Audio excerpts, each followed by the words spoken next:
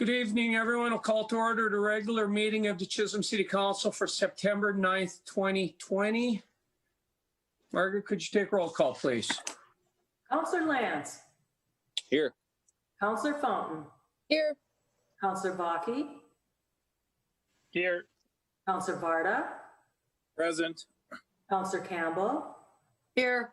Mayor Ciampa. Here. Adopt the agenda, Council. We have one item to add. The Pigeon House from Mandy and Brian. Two items we need to discuss. I think the easiest place to put that would just be taken up as the first item under new business, and Margaret can move all the numbers, all the letters down for us. We also have a revised resolution 0920-68. It's just a few word difference. And then we do have one public participant. Bill, we have just the one individual? Yes, sir, Mayor, just one. So we have Melissa Petrangelo Sky. I'd like to move her as first before we take up Jeff Sturl with our audit. So Council will be looking for a motion to adopt the agenda with those minor changes. I'll make that motion, Mr. Mayor, with those changes. Okay, is there a second for that? Support. Any other discussion? Margaret, take a vote, please. Councillor Lance. Aye. Councillor Fountain. Aye. Councillor Bakke. Aye. Councillor Varda. Aye. Councillor Campbell. Aye. Mayor Ciampa. Aye. Okay, that agenda is adopted. Pledge of Allegiance.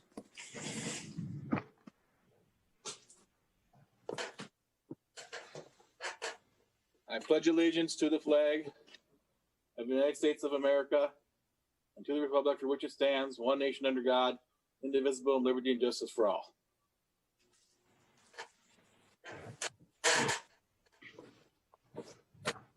All right, public participation. We have Melissa Petrangelo Skya on with us. Good evening, Melissa. Good evening. Dear Mayor and City Council, I ask you, how should the Mayor of Chisholm represent the citizens of this city, other council members, and the city more broadly? According to the City Charter of Chisholm, one of the roles of the Mayor is to sign all bonds and obligations of the city, contracts, deeds, or documents entered into the city, essentially making agreements. What the Charter and ordinances seem to exclude is whether or not it is the role of the Mayor to commit political endorsements. Mayor Ciampa, you apparently have unilaterally decided it is your role. In addition, you misrepresented Chisholm. The data from the Minnesota Secretary of State shows that the majority of persons in Chisholm supported the Democratic candidate for office last presidential election. You have identified our entire town as being supportive of one political party and one candidate. That simply is not the case. In addition, the United Steelworkers Union, the union that creates a great deal of the roaring of your letter and endorsement. How did you come to decide to represent Chisholm in this way? In addition, if Representative Stauber came to you today, knowing what you know today, would you make the same decision? I also asked the city attorney to provide a written legal opinion as to whether or not the mayor's actions violated Minnesota Statute 211B.09 when Mayor Ciampa signed the letter as Mayor Chisholm. The mayor of Ely were handing over his signature. Authorizing your signature? If yes, do you wholeheartedly agree with everything in the letter? Where is the roaring range that you speak of in the letter? If you did not read the letter and authorize it, how can we trust you with official city business and contracts and obligations? This election is one of the most divisive in the history of the United States. This in part is because of the current president of the United States. By making this endorsement, I believe that you've now contributed and brought this divisiveness to this city. The president of the United States has shown little regard or care for the LGBTQ community, persons of color, women, and immigrants, to name a few. By your endorsement, you have sent the same message to these groups of people in Chisholm. How will you work to assure that these groups of people are of concern to you? You stated publicly after your endorsement that you are not opposed to a resolution related to this for the future. Is this because you don't plan to run for mayor in the future? If that is true, did you do this because there would be no political ramifications to you? Lastly, and to be clear, I seek to be transparent as a person related to a former mayor of this city. You are not the only mayor I've publicly criticized. Todd and Mike have received plenty of due criticism from me, especially Todd. If prior mayors of Chisholm had done this, the criticism would be the same.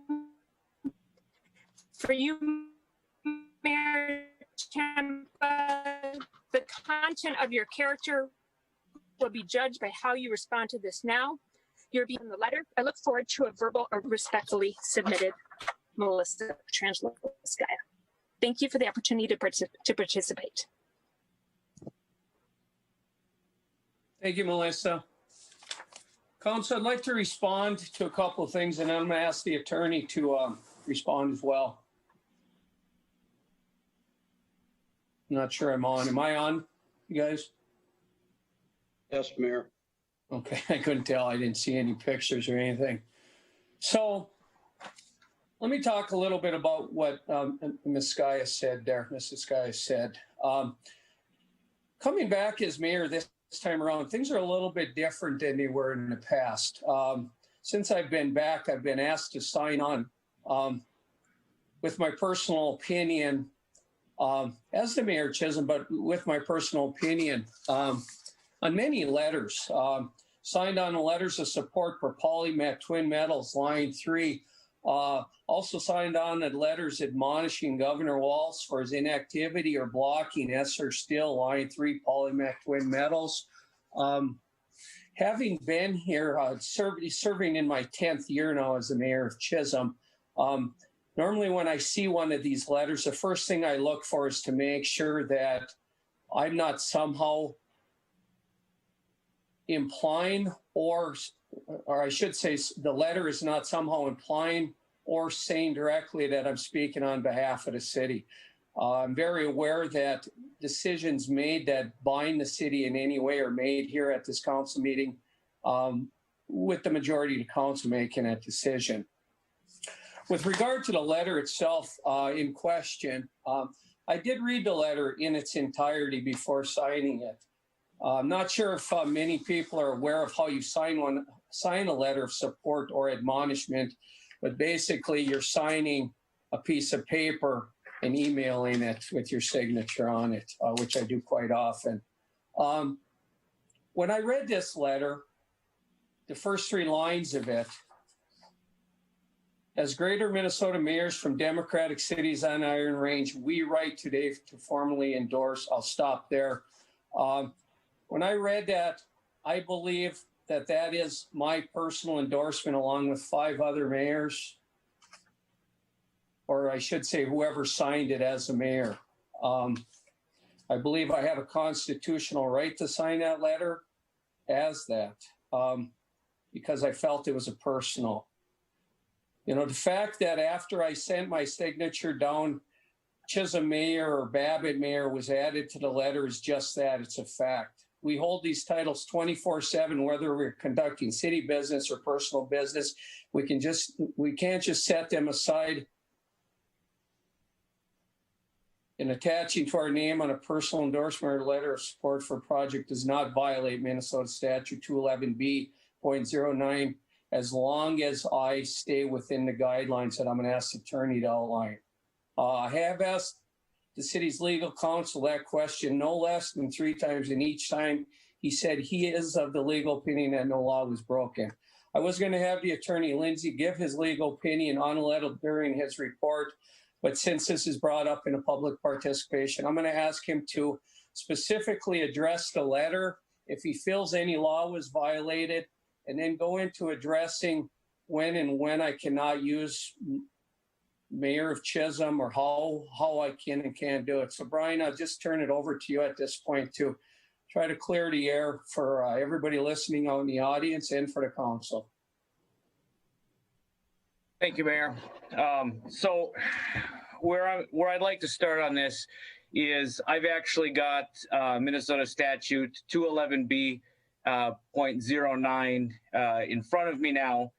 And what that reads, the way that provision reads, it says an employee or official of the state or of a political subdivision may not use official authority to influence or influence to compel a person to apply for membership in or become a member of a political organization, to pay or promise to pay a political contribution, or to take part in a political activity. A political subdivision may not impose or enforce additional limitations on the political activities of its employees. So what that really does is it sets out kind of a division between employees and officials of cities and those same employees and officials in their private capacity or their private lives. And so as I apply that provision to the letter that I've read on a number of occasions, there's a couple of things that jump to my attention. Number one, as it relates to the signatures, I would state that the way that they're signed and the way that those signature blocks are put in is not the best practice. But that being said, I don't think it violated any laws. As Mayor Ciampa had indicated, the fact that he's the mayor of Chisholm is a fact. It's a factual statement. And had it been signed differently, had it been signed the city of Chisholm by John Ciampa, its mayor, that would be, I believe, over the line. I think that's a clear violation.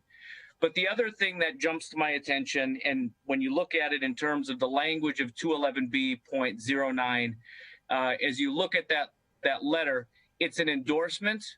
It doesn't, on its face, ask anybody to participate in any political activity, to make any donations, or to join or gain membership in any political party. There is no call to action, which is where the precise violation can often occur, is if in an official capacity you strongly encourage or require some action or activity to be taken part in.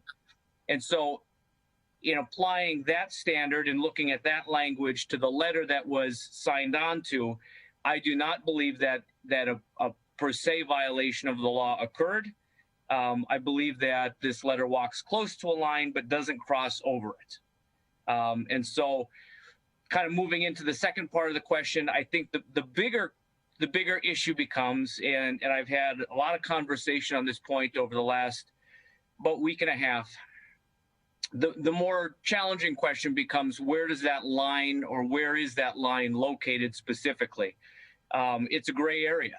I mean, the closing clause or the closing phrase in that same statute that prohibits activity using an official authority or official position also maintains or reserves the rights of individual members to engage in political activity by stating affirmatively that cities and municipalities cannot place any additional limitations outside of the provisions of 211B.09 on its employees or public officials. So it becomes challenging. And I think what we need to keep in mind is as city employees or as public officials are in their personal lives, if they're being asked to make statements, if they're engaging in political activities, the key to remember is to ensure the clarity of your own personal views from those views or attribution of those views to the city. One of the critical features or one of the most important functions of cities is to remain neutral in all things political. A city in and of itself as a municipal unit cannot and should not take part in supporting or advancing any candidate or any political position. Cities as municipal units are there for the service of their citizens and to ensure that certain basic services are provided. And so the critical feature, as I view that law, and in my opinion, is that each council member, each employee, each individual who's subject to the provisions of Minnesota Statute 211B.09 needs to make sure that they clarify that any positions taken and any political activities in which they engage are engaged in on their personal level and on their in their personal views, and should be very clear that none of their views should be attributed to any other council member or the city as a whole. we each have a right, a constitutional right, to engage in political activity, and it's an important right. I mean, the country, as has been noted here, and I'm sure as we're all aware, this is a very contentious and divisive election and political process. We have to make sure that each person does what their conscience says is right. But as far as activity within the unit of government, that should be avoided, and the government should be preserved as neutral bodies, where all parties and all people can feel equally welcome to come in and enjoy the services that our municipal bodies and units provide. Brian, thank you for that. I know my council has fielded a lot of calls this week about this, and I apologize for that. And I know you'd like to chime in. Brian, let me ask you one more question, and then anyone on the council wants to speak, feel free. This week, after some of this controversy arose, I looked at my own personal Facebook page, and I had it listed as Chisholm Mayor or Mayor Chisholm on my Facebook page.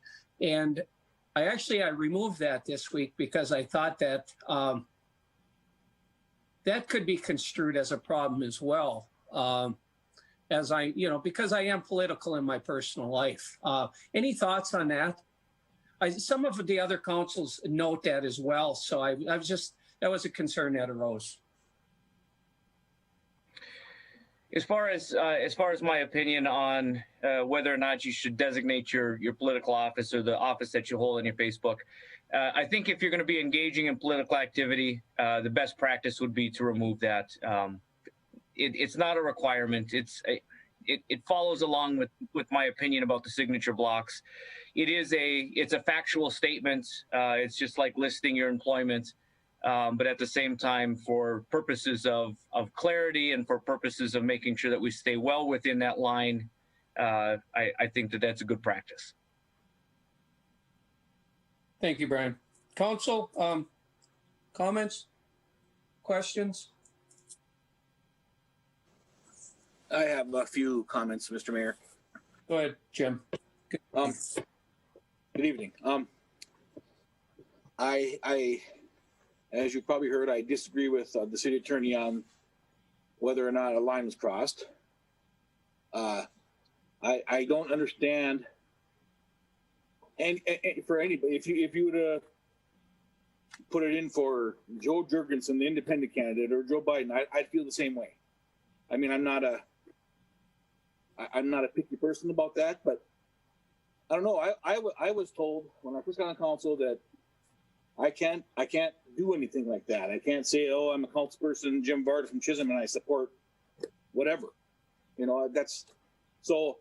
If I guess what I'm getting at is, since the mayor, you did that when you signed your name. I mean, you didn't put Mayor Chisholm, that was on there. Attorney Lindsay, if this happens again, like Melissa asked about Stauber, can we somehow make sure that it does not say Mayor Chisholm on that paper he signs? Or anybody signs? Mayor, if I may, Councilor Varda, I think your comments are well taken. As a city attorney, I think my preference and what I would express as the best practice is to avoid using those signature blocks. That being said, I think the final clause of that 211B.09, I think the city has to be careful in imposing any additional restrictions or adopting any policies outside of the strict application or the strict interpretation of the language in that section. And so this is one of those cases where the further you are from that line, the safer you are. But as far as passing a policy that restricts the use of a title, so long as it's clear that you're not signing on behalf of the city, I think would be potentially troublesome. Mr. Mayor? Yes, Councilor Campbell. Just one thing. So I guess I don't understand why the letters weren't signed. John Champa, resident of Chisholm, Larry Cuffey, resident of Virginia. I mean, they knew exactly what this was going to do. by saying that 6 mayors of Greater Northern Minnesota supported President Donald Trump. I just think that it does walk a fine line. I don't agree with it myself, but we'll move on from there. And I got this resolution stating the fact that the city of Chisholm is neutral in all of this, and I think that needs to be read when we get to it, and hopefully that'll clarify the position that the city takes. And that's all I have.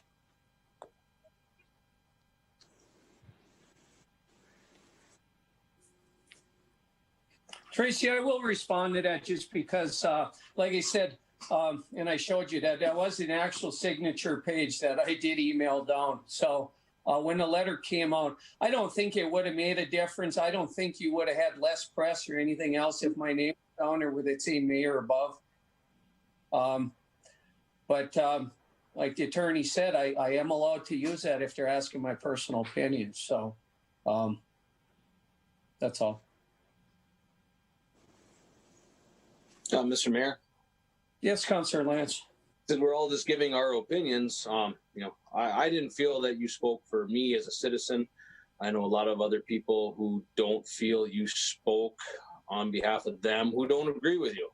I don't think it was the right course of action, probably not the right thing to do, but I will stand firm that, that's your right. Just like Mayor Larson down in Duluth endorsing Trump, our city officials, elected officials have been endorsing politicians on all levels, all across the nation. I think the fact that so many people disagree with you is the reason we're getting so much. But like Jim said, if you were to endorse Joe Jorgensen or Joe Biden, I would stand for your right to do that also. So I think we're all getting a little carried away. I think our resolution tonight is a bit redundant since all it does is echo state statute, which is already in place. So I'm not in favor of that either, but it's everybody has an opinion and nobody's going to align totally with each other. So that's one thing that everybody needs to understand across the country is that we're not always going to agree. Not everyone's going to align with each other. We all have the right to our opinions. We all have the right to say what we want. And as an elected official, we were given titles by the community. And if any of the community doesn't like what you do, they can take it up with you in November. And that's kind of the way things are supposed to go. But that's just my 2 cents.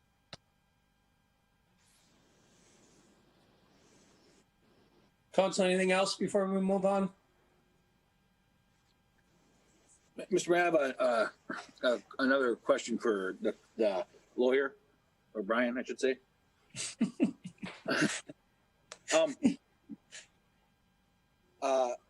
Brian, as you probably know, there is a group in Chisholm that is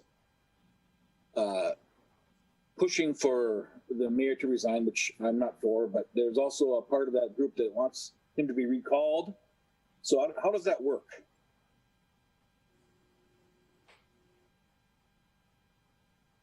If I may, Mayor, there is the process for undertaking a petition for recall is laid out within the city charter. It's got several steps to it. It requires the formation of a petition, a statement of cause. It's got to be certified. Following certification, there's a number of steps that you have to take and some timelines. I want to be careful how in depth I get because I don't want to be seen as giving legal advice to anyone outside of the city, as my role is to provide legal advice to the city.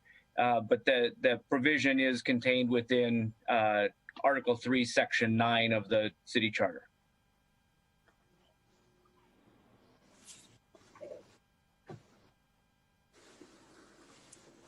Council, anything else? Brian, this is Councilor Baki. I guess I just have one question. So actually 2. So number 1, can you explain the difference between this endorsement and the endorsement that Mayor Larson gives for Joe Biden? Like, what is it city specific as far as whether you have to, whether you are allowed to endorse or not, or is there a line there? Or I guess I'm confused that one Minnesota mayor or two can, or others, the mayor of Minneapolis, where's the line there? Thank you, Councilor Bakke. The line is the same everywhere. It's the same standard that's applied statewide, and every city employee and every elected official is held to the same standard. And so it's, as I explained before, everybody's entitled to engage in their own personal political activities. The line exists where you start to attribute, or you begin as an elected official or a city employee, indicating that your views represent the views of the city, or in taking up a position that would use your official authority or your official position to coerce or force people into taking some action, joining some party, paying a contribution, or the like. And so that's kind of a simple explanation of the line, but its existence in the real world is a murky line. It's a wide line full of gray area. Okay, thank you.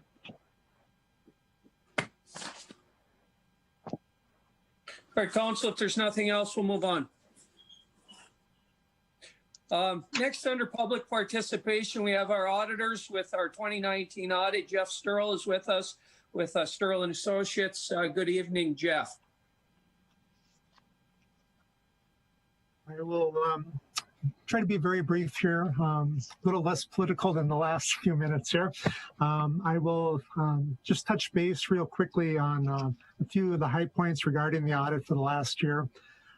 First of all, the audit itself was, we expressed an unqualified opinion, which again means that the financial statements were presented in accordance with generally accepted accounting principles. So once again, it was a clean audit report. Some of the number highlights for the year: the general fund saw an increase in its general fund of roughly $300,000 for the year. That bumped up the total fund balance of the general fund up to just under $11.5 million. So you do have a real healthy fund balance as of the end of 2019. Touching on your three enterprise funds for the year, the garbage fund saw a net income of roughly $43,000.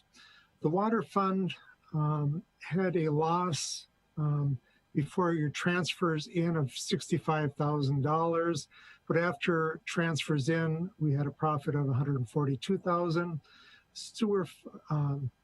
The sewer fund, kind of similar nature. We had an operating loss, or a loss before transfers in, of roughly $78,000, and then we had a profit after the transfers in. And just to touch base a little bit of what that transfers in relates to, historically, the city has always, when you've gone and done larger street projects, the permanent improvement fund has always financed those projects. And then at the when those projects are complete, the direct identifiable costs that relate to either water or sewer, those costs are moved over into the respective funds to record the depreciation. The cash from the enterprise funds aren't used for the improvements, but the asset does get moved over so you can properly reflect the depreciation of those improvements that were made during the year. Just touching quickly on your schedule of findings, there are 5 issues that popped up during the year.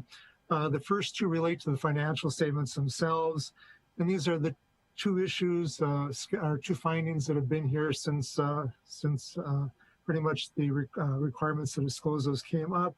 First one is, again, your lack of segregation of duties. Again, a small city of your size, very, very common to have that finding in there. You just isn't feasible to hire enough bodies to get a perfect system of internal controls. So everybody's made aware of it, and you go on and ask the questions and review the information as you go to help with those internal controls. Also, the second item related to that is the preparation of financial statements.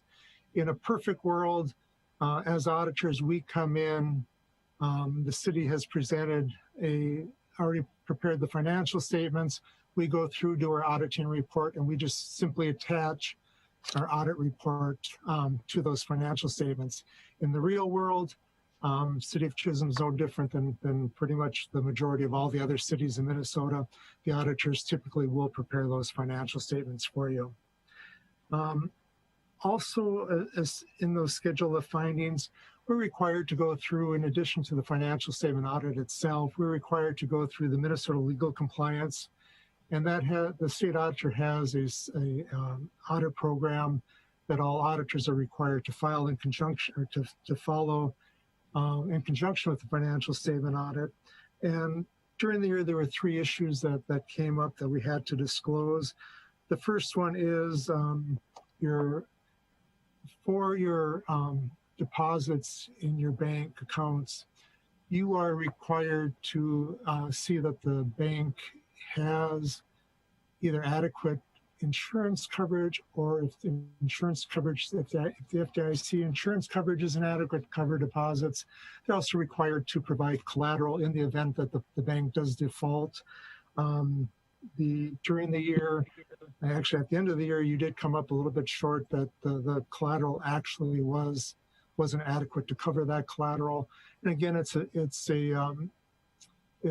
a matter of working with your banks to make sure that when you have larger deposits coming in, to kind of give them an alert that, hey, we've got a bigger chunk of cash is going to be sitting in those accounts. So monitor to make sure that that collateral is adequate for those instances. Also, under the legal compliance, there is requirement that when you have a capital or a project involving labor related for a contractor coming in, that before you make the payment for their services for the completion, you're supposed to basically obtain an IC-134. And what that is basically filed with the state just to make sure that before you issue the payment, if the contractor is behind, delinquent with the state wants you to pay them to cover to operate or to chisel down against any debt that they may have against the state.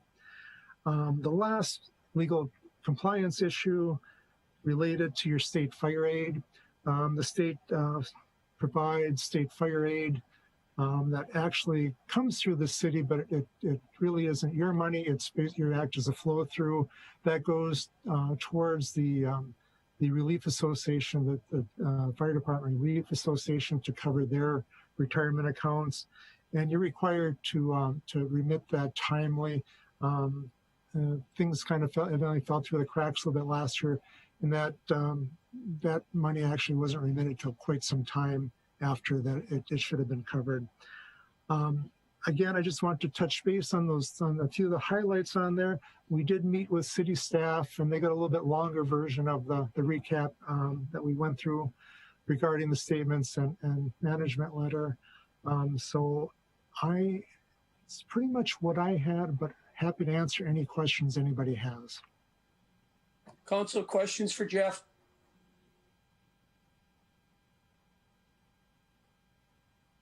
Jeff, I have a quick question, because we're also looking at one of our boards as well. This one about cell phone reimbursement, or during our testing, we know that Chisholm has agreed to reimbursement. What are you looking for there today? Like a personal cell bill that they're paying and we're reimbursing them a portion thereof for using their phone for work? Is that what that kind of says? That's exactly what it is. You're just to meet IRS requirements, you have to have documentation that if you're reimbursing for someone for something, you got to make sure that they actually are paying for that something you're reimbursing for. So just a copy of their cell phone bill back to the city acts as covering that one. Okay. Council, comments, concerns, questions? Jeff, thank you for coming in. I want to thank our employees that did a wonderful job this year, straightening things out. Sounds like we're pretty close. Thanks.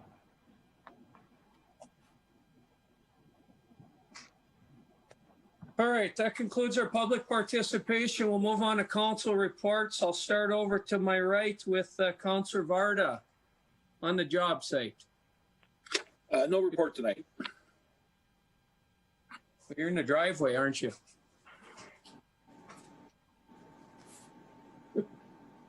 I think you're still on mute. No report tonight, and yes, I'm in my driveway. Thank you, Jim. Yep. Councilor Larson report tonight. Councillor Fountain, no report, Mr. Mayor. Thank you. Councilor Vaki report. Just a couple of things. We are wrapping up the softball season, and everything has gone very well. I have to thank Larry and his crew for taking care of the fields, Tammy for supporting our leagues this year in a interesting year that we've had, and I'm just happy to say that we've had a great turnout. It's been great for the city, and I have gotten numerous emails and calls and thank yous from players from all over who have been able to enjoy playing this summer. So playoffs are left, and that's it for this year. That's all I have. Thank you, Travis. Mr. Mayor, I have a comment about the softball. Go ahead, Councilor Varda. For Councilor Vaki and for Tammy, I've had several people talk to me about how great they feel about Chisholm having their softball league this year. So they told me to pass it on to you too. So I'm passing it on to you too. Thank you, Jim. Councilor Campbell report tonight. Just one little item. We're going to be holding interviews for the police department on September 17th. That's about all I have. Thank you. How's your retirement? Loving every minute of it. Thank you. Councilor Lance report tonight. Short, we had it was my first time taking over as the council liaison for the fire department. We were, again, sad to see Jim go. He survived his last final month. No calls at 11:50. So thanks again, Councilor Varda, Firefighter Varda, Jim. Appreciate everything. We had 15 calls last month with the fire department. We had a couple of active fires over in Hibbing. We had quite a few mutual aid calls over there. Good turnout on our department for each one. So that was good to see. Again, it's hard getting 15 calls in the month of August. And one other thing is congratulations to Steve Brunette with, correct me if I'm wrong, Chief, is it 27 years or 37 years? 27. 27 years. 27 years for Steve Brunette and his anniversary last month. So thank you, Steve. Oh, neat stuff. I'm in between meetings here this time around, so I'm going to just pass on a report tonight. But nice to see the kids back in school. God, I hope it all works out for them. That's a tough situation. You heard about in the news about, what was it, ESCO or something, first day of school. One of them they found out had been tested for COVID, and they had to take a step back. So I just pray that it works out. This is a very difficult time, and I can tell you the teachers were working diligently to try to get this put together. So hopefully they can keep them there. Very difficult, uncharted territory. So we'll move on. We'll move on to building official. Mandy, do you have a report tonight?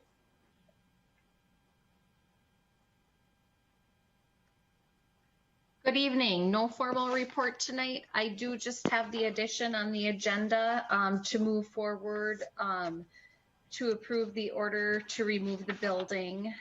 If there's any questions on that, otherwise I don't have a formal report. Don't say anything for me.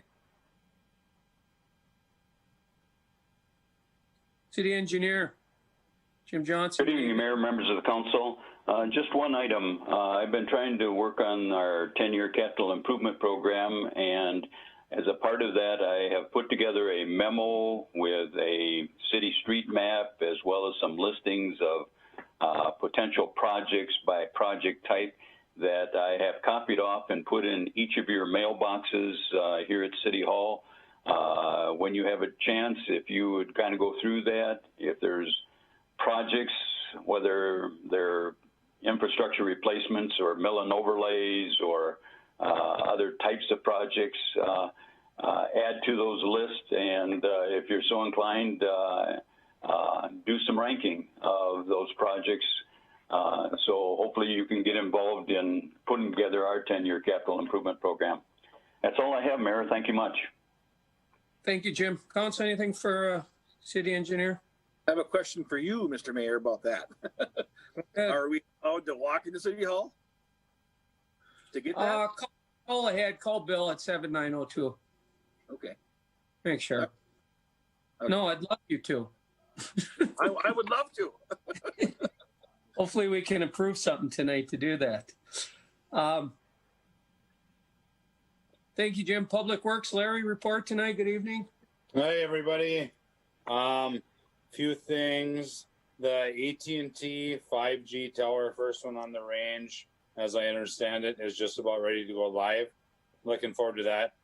Waiting on contractors, my understanding, the kind of the wiring, the backup generator, which will be awesome, is in place, and all the structural stuff and whatever they need to hook up. No, it's just waiting to go live. We did anticipate a Labor Day weekend live date. It not uncommon, of course, though, to not meet that goal with many different contractors working on this project. But 5G tower, AT&T, almost ready to go live on our water tower. The east entrance sign is moving forward. I'm working with Savi Sign out of Virginia now on the installation on that. We are helping with the prep work and trying to save the city a few dollars wherever we can.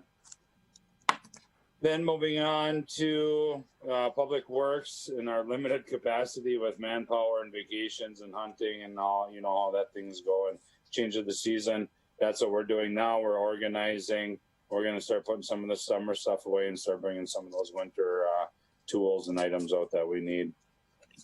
Believe it or not, I know Councilor Varda will appreciate this. We'll be working on snow plows, snow blowers, things of that nature.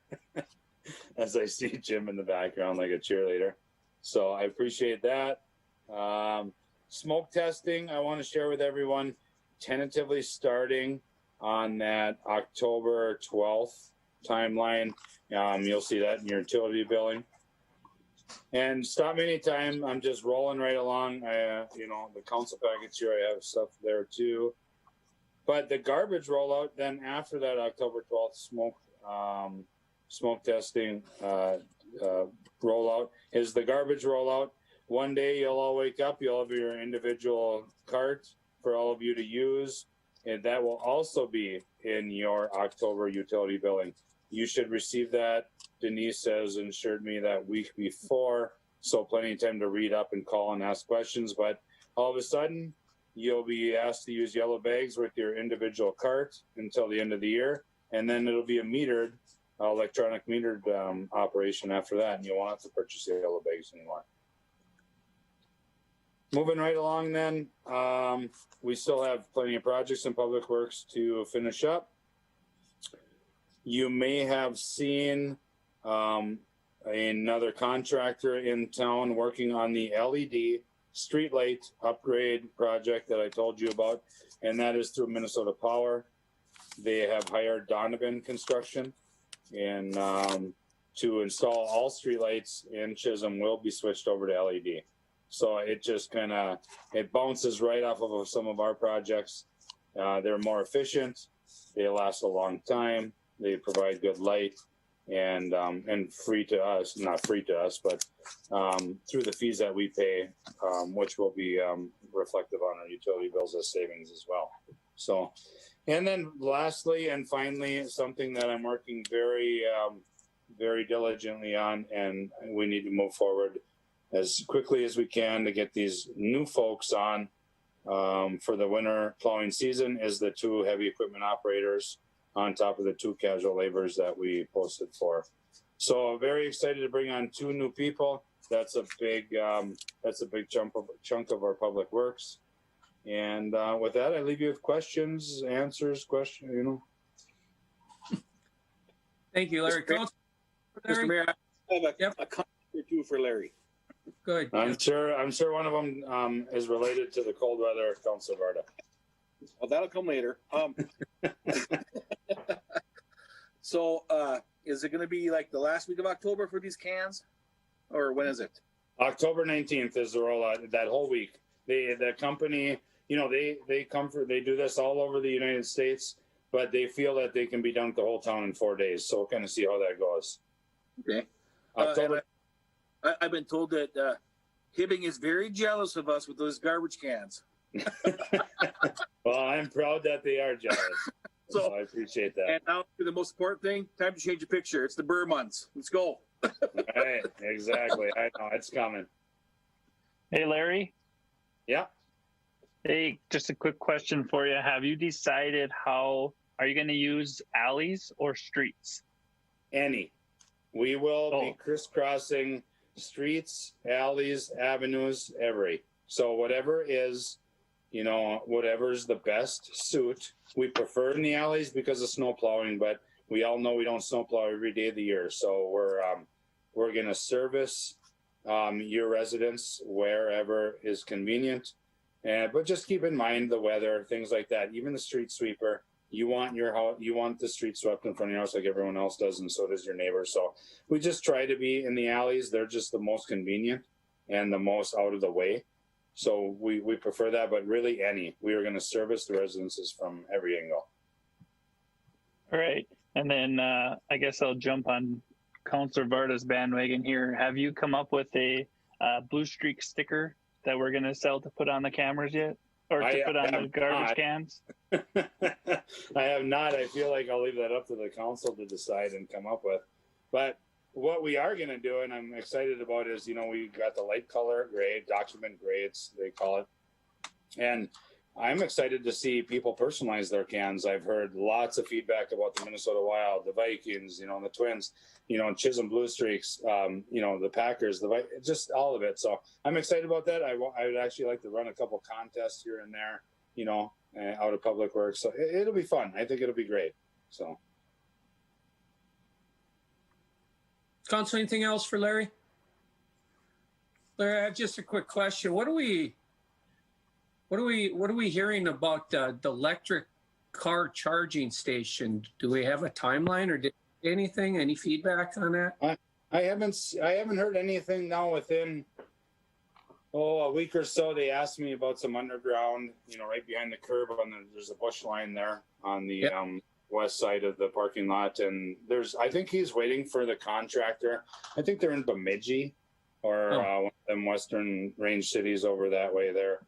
Then they'll work their way this way. So I haven't heard any update on that besides, frankly, I think the project has to be almost completed by the first of the year. So I would anticipate some movement, within the next month or so. Okay. The fact that they asked you about something answered my question. There's movement. Yeah. All right, Council, anything else, or we'll move on? Fire Chief Bob, good evening. Good afternoon, Honorable Mayor, council members, city administrator, city attorney, fellow supervisors, and the public. Thank you, Councilor Lance, for recognizing Jim Varda's 10 years of service and the anniversary of Steve Burnett for 27 years. Just a couple of short things here on some of our equipment. Our engine 1 was out of town for some repair for upwards of 3 weeks. Thank goodness. Engine 2 didn't act up until we got engine 1 back. We're having some issues with the battery tender, what charges, keeps the vehicle charging. Typically, we do our annual servicing late September, early October. It's going to be done next week, so that truck can get repaired. Also working with the township, we have a couple problems out there with 2 of our 4 buried tanks that we have in the township. We've had problems with one leaking for quite some time. I know Mr. Falstead's crews helped with cameraing it. Also, we just, within a past month or so, one of the tanks up on the Chisholm Road got damaged with people shooting the fill pipes. What a sad thing.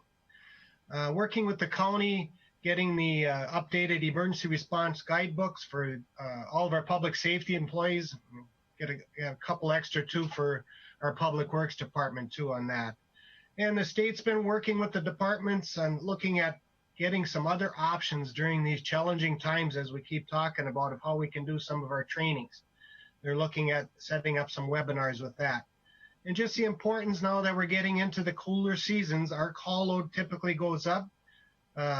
Last month was very unusual for us. We had over 3 times the call load that we had. Thanks, Councilor Lance, for bringing up how busy the department was there. But just the importance of checking your smoke detectors, that they're under 10 years of age, and that you have a working carbon monoxide detector within 10 feet of your sleeping area. Any questions for the fire department? Council, questions for Bob? Thank you. Bob, I'll just reiterate what you said about the thing with the shooting of the pipes on tanks. That's very fortunate, and it gives the good people out hunting and stuff and target practicing a bad name. So, thank you. Terrible. Library supervisor. Good evening, Katie. Report tonight. Good evening, everyone. No formal report tonight. Council, anything for Katie? Katie, I got a question for you. Sure. When are we going to be doing some wraps around town? Yeah, we actually just started that process today. We're looking at Nick from Nick Signs is going to be the one doing the wraps. He went around town and looked at both of them with Whitney today. We do have 2 artists in mind. We have not informed the artists of our decision quite yet, but I think we'll be doing that in the next couple of days. And then looking into next week, we will hopefully be installing those. Excellent. Thank you. Yeah, thank you. Anything else, Council? Thank you. Moving along, Police Chief, good evening. Good evening. Hey, did Larry say Packers? I'm not sure. Yeah. It's a risky move. I don't have a formal report, Mr. Mayor. Here for any questions if you may have. Hey, Vern. Sir. Go ahead. Yeah, you might have read the disclaimer that said anything that has a Packers reference or logo will be immediately removed. I think that might be written in the fine print there. Good point. Rough crowd here. You're gonna have to talk to Stan Kaburka about this. All right, we'll move on. Rec Director Tammy, report tonight. Just a real short report. The pickleball courts have been worked on a little bit for the striping. They still have to come back, hoping for those to still get done. I've been in contact with Donnie Quirk from the school, and their Phi Ed classes are running 2-hour sessions this year for Phi Ed, and he was wondering if he could use the Butchie Ball building, and he's coming up with a COVID plan. We're not going to allow the kids to come in and use the restrooms or anything like that. We're providing them with a restroom outside. That way we don't have to do the cleaning. He'll be going in to get the balls. I also told him that the pickleball courts, hopefully they'll be done in time for them to use because they're being encouraged to use the outdoors as much as they can. So we're trying to provide that service to them. As far as the skating rinks, I've been thinking about that for this winter. And with the COVID, I asked Larry Falstad to, when they remove some of those benches from Lake Street, that we'll put them outside of the skating rink. And in the event that COVID is continuing, I don't think we can safely have kids inside the skating shack. And then let's say an attendant needs to be doing shoveling and stuff. So at least people would be able to still skate. The other thing I'm looking at doing is putting those lights on a timer switch for the electrical inside this shack. So then even if I don't have a rink attendant, those lights still can be on for the public to use the facility. So that's about all I have for today. If you have any questions. Council, questions for Tammy? Thank you, Tammy. Mm-hmm. City Attorney Brian, report tonight. Thank you, Mayor. No formal report, but I am happy to field any questions the council may have. Council questions for the attorney. I have a question, Mr. Mayor. Go ahead, Travis. Brian, have you gained any ground on the ordinance we asked you to come up with for lots that are occupied and unoccupied, or however we worded it for that?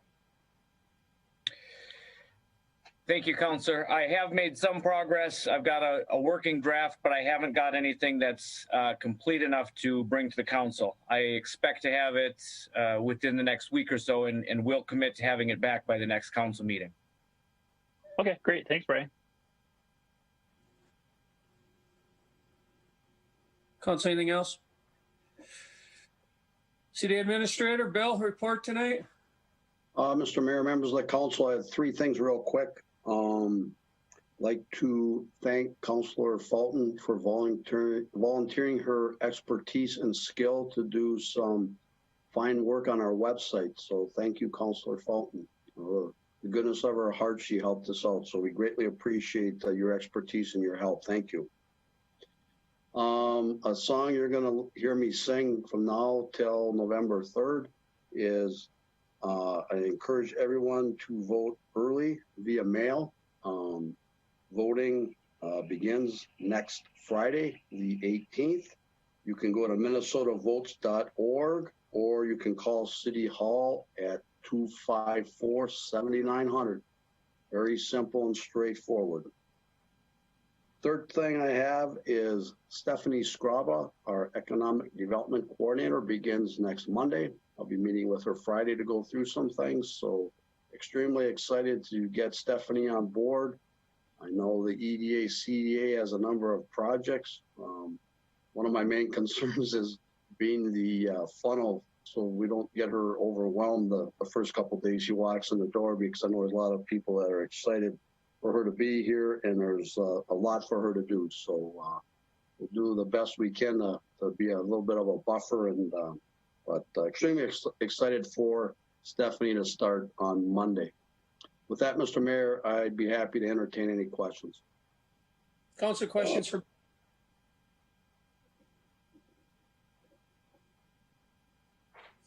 Bill? I'll just say I'm also excited for Stephanie to start. I think it'll give you some extra time to do some things. All right, we'll move on. Consent agenda. This is your list of bills that showed up just before the meeting. Communications, which are the Housing Authority, Housing and Redevelopment Authority minutes, Police Commission minutes, communication from the Coalition of Greater Minnesota Cities. I just a note on that.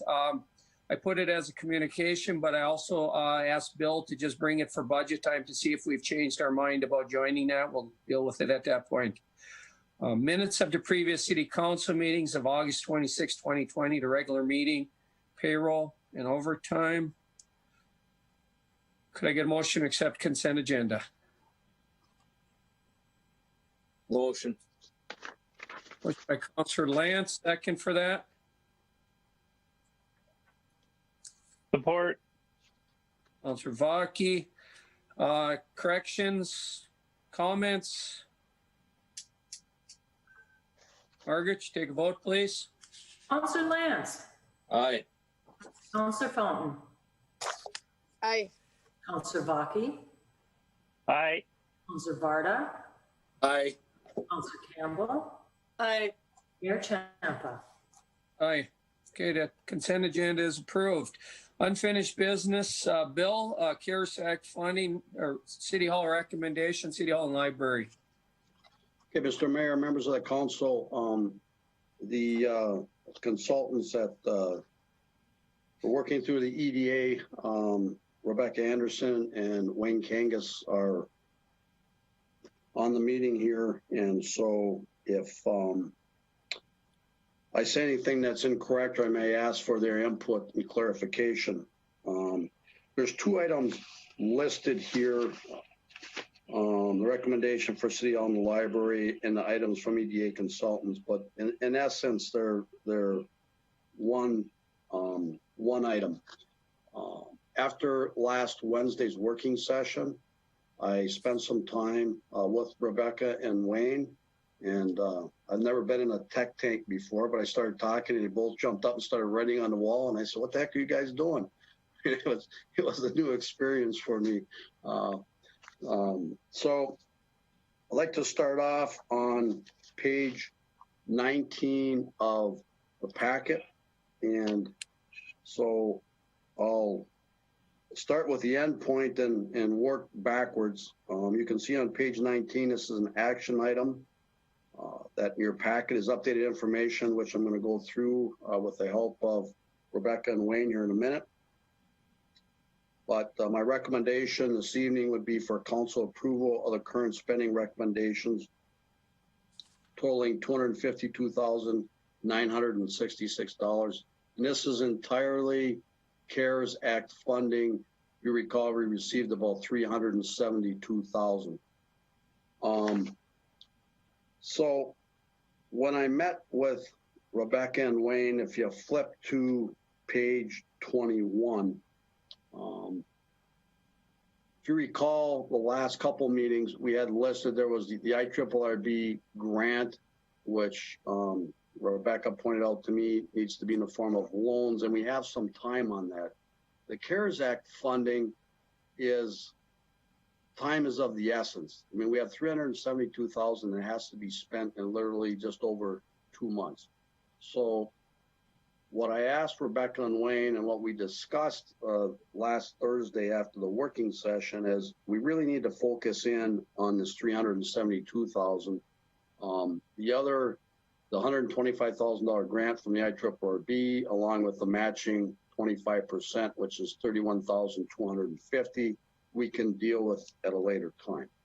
So what I did is I asked Rebecca and Wayne to prioritize based on their conversations with the business community and people in the community that they've been working on for a number of months, their work through the EDA. What do we need to do now? What do we need to bring to the meeting tonight? Again, because time is of the essence in getting this CARES money spent. So we started, and I'm on page 21 of your packet. You see on the top there, it says 372K COVID-19 funds. And the first part of this in bold there is committed to spend and spent fund.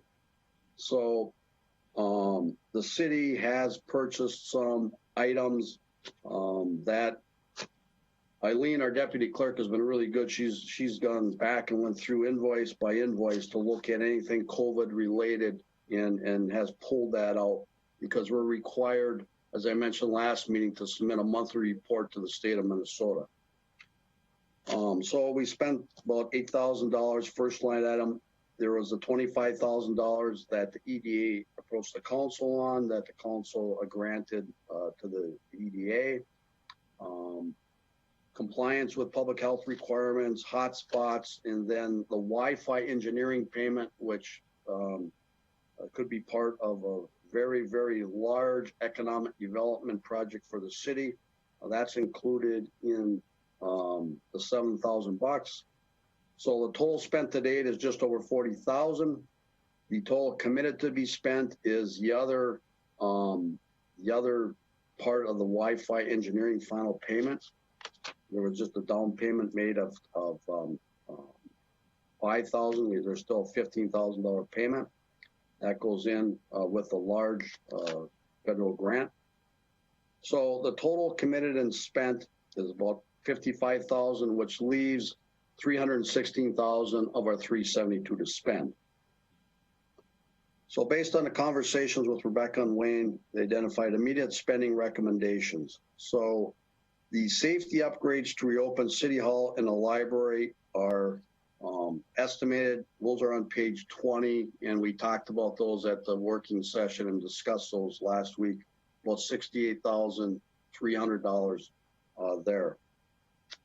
There is a sanitation product that works for up to 90 days, about $10,000 that we can use on our city facilities. We'll want to check, make sure that we deal with any health/safety concerns. We fully understand what that product is, but the beauty of that product is the coverage lasts for up to 90 days. A big item for our businesses, business interruption reimbursement for lost sales. So we cannot, as a government entity, use the funds, but we can assist and make grants to businesses. And this is where Rebecca and Wayne's expertise as consultants and the knowledge come in. There's grants available because we know a lot of businesses have been affected in our community. There's $2,000 per business application. They must be registered with a certificate of assumed name, and you can read what it says there. The next item is the Chamber of Commerce. The Chamber, who assists our entire business community, has been greatly affected by COVID. Throughout the year, they run a number of fundraisers, which they weren't able to do. They have been out distributing PPE that they obtained from the state. They've been distributing the masks that the EDA purchased. And then flipping over to page 22, they've been supporting businesses. And so to help out our friends and our colleagues at the Chamber, $15,000, I'll just call it like basically a grant and reimbursement for items that they normally would have fundraised for, but were unable to do so because of COVID. Then we get into, on page 22, is the our consultants, which Wise Elephant Consulting is Rebecca Anderson. And Wayne, you're going to have to pronounce your name for me because I never get it right. Okay, it's Hey. It's okay. You can say it's me. So the Rebecca and Wayne have completed tasks working hand in hand with the EDA that total $50,000 or $15,000, excuse me. And the bullet points lay out those tasks. I'm not going to read them all, but just going to reference. There's some big discounted items on, for instance, the bullet point about the fourth one from the bottom, the negotiation of the fixed wireless engineering plan. That's the plan I referenced earlier, which is it's like a network wireless that would cover basically the entire city and open the door for huge economic expansion. Negotiated a huge 86% discount. They've also, on the next item, the City Economic Resilience and Diversification Design Plan, discount there. And the bottom bullet point, recruitment of business development partners for the purpose of economic recovery, project estimated at $3 to $5 million. So this falls under my category that you got to spend money to make money. And I would gladly spend, because the next item is also for the consultants, $45,000 to be tasked to be completed before November 19th. You can read those. So it amounts to the net for the consultants is $30,000 each. So with the doors that will open, the assistance to the businesses that have struggled and are struggling because of COVID to carry them through. So if you total everything up here, it's $252,966. We had back on page 22, the remaining funds of the $372,000 was $316,000. So if you subtract the difference, there's still about $64,000 remains unspent. But again, I asked Rebecca and Wayne, we need to bring to the council tonight things that we have to move forward because, again, time is of the essence. This money has to be spent by November 15th. With that, I'll ask Wayne, Rebecca, do you have any comments that you would like to make? Anything I missed? I think that was you did a really good job. If they have no comments, I would open it up questions to me or to Rebecca and Wayne. But again, looking for council approval to spend as laid out here in this document, $252,966. And again, that's an estimate because if approved, the city hall, the library, those are basically an estimate. Those aren't bid. That would all have to be drawn and bid in a hurry. So this is an approximate number. Mr. Mayor? Yes, Councillor Fountain, I think. I'd make a motion to recommend the spending of the $252,966 per what he just mentioned. I'll second that, Mr. Mayor.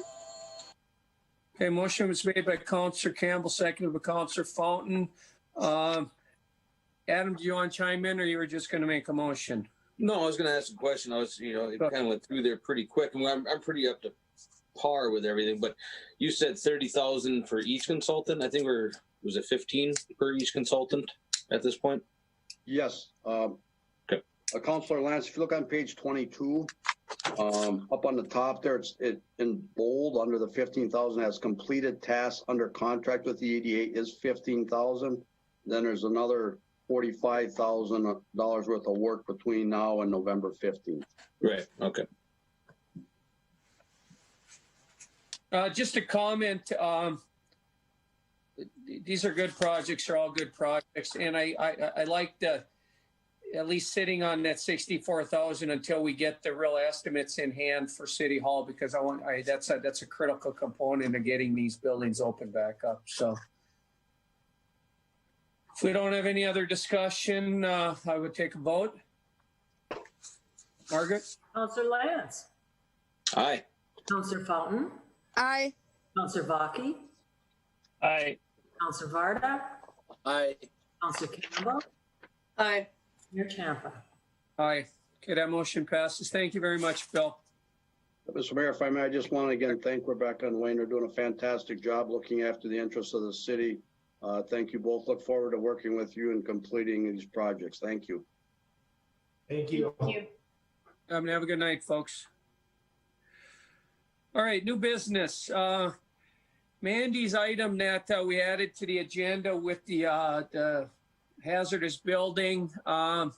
Mandy, why don't you talk us through these two items that are separate items and what the motion is that you're going to ask us for? Good evening, Mayor and Council members. So tonight I am requesting for you to approve a resolution and also an order to remove a building, and it's located at 319 3rd Avenue Northwest. Ever since I've started in the position here, this house has been an issue. I've had a lot of empty promises from the homeowner. I did actually get it all cleaned out. It was full of dead pigeons, pigeon feces, etc. It was opened up. So right now, if you drive by it, you can see the windows are boarded up. But the inside has been cleaned out, and we needed to do that prior to demolition anyway. So that really has been the only improvement on the property since I've been working with the owner. I can't get a building permit application applied for remodel. I guess I've been just handed a bunch of empty promises on it. So it's just time right now to go through the condemnation procedure and get the building down. I am going to have this on my next IRRB residential redevelopment program grant, and this is actually my 5th property that I've been waiting for. So I'm just asking approval so we can move forward with the project. Amanda, you need two things. First, you need us to adopt resolution 0920-71, yes, ordering air removal of the hazardous condition located at 319 3rd Avenue Northwest. Correct? First motion? Yes, please. Councilor, motion, Mayor? Motion by Councilor Fountain. Second for that? Support. Support by Councilor Lance. Further discussion on that item? Okay, let's vote on that one first, and then we'll take up the next one. Councillor Lance. Aye. Councillor Fountain. Aye. Councillor Baki. Aye. Councillor Varda. Aye. Councillor Campbell. Aye. Mayor Champa. Aye. Okay, that motion passes. Second part of this is the order for the removal of a building. Mandy, is that if they don't repair the problems, is that what we got? Talk to me a little bit, or Brian, either one. Brian, if you want to touch on it a little bit too, I believe how I understand it is if they don't repair or remove the building within 120 days, we do have the right to go in and raise the property. That is correct, Mayor. This is the order to remove building. This order is kind of an interesting order in the law. Essentially, this gives the city the opportunity to make an order that the resident has to comply with. They have 120 days from the date of the order to comply. If they don't, essentially what we do is send it into the court, have the courts approve it. And once it has the authority of the court, we can go in, take whatever actions we need, and we can charge the cost of that back to the owner. Thank you, Brian. Okay, Council would be looking for a motion to for the order to remove the building as a second step here. I'll make that motion, Mr. Mayor, in order to remove the building. Support. Motion, Councilor Campbell, is there a second for that? Second. Councilor Vaki, further discussion? Margaret, take a vote, please. Counselor Lance. Aye. Counselor Fountain. Aye. Counselor Vaki. Aye. Counselor Varda. Aye. Counselor Campbell. Aye. Mayor Champa. Aye. Thank you, Mandy. That motion carries. Thank you very much. Larry, Resolution 0920-67, declare surplus equipment for 2020. Hi again, Mayor and Council, Administrator Manny. Simple one for you this evening with the hiring and moving of jobs and this and that. We've been busy the last really 2 months. But as promised, bringing to you the salvage and auction items, the 247 cat loader and other miscellaneous items that are in the council packet there. Just stuff trying to get rid of, cleaning up the yard, things that aren't being used anymore or are retired. Also, we added 55 of the T5 light structures that came out, assemblies, sorry, that came out of the arena. We think those will fetch some money for the city as well. It didn't suit our needs anymore when the LED upgrade project came to us, but someone else will certainly find them useful. And I would entertain any questions, but ask for your approval of the resolution to move forward with the surplus auction items with due bid, mind you. I'll make that motion. Mr. Mayor. Councilor Lance made the motion to adopt resolution 0920-67. Is there a second for that?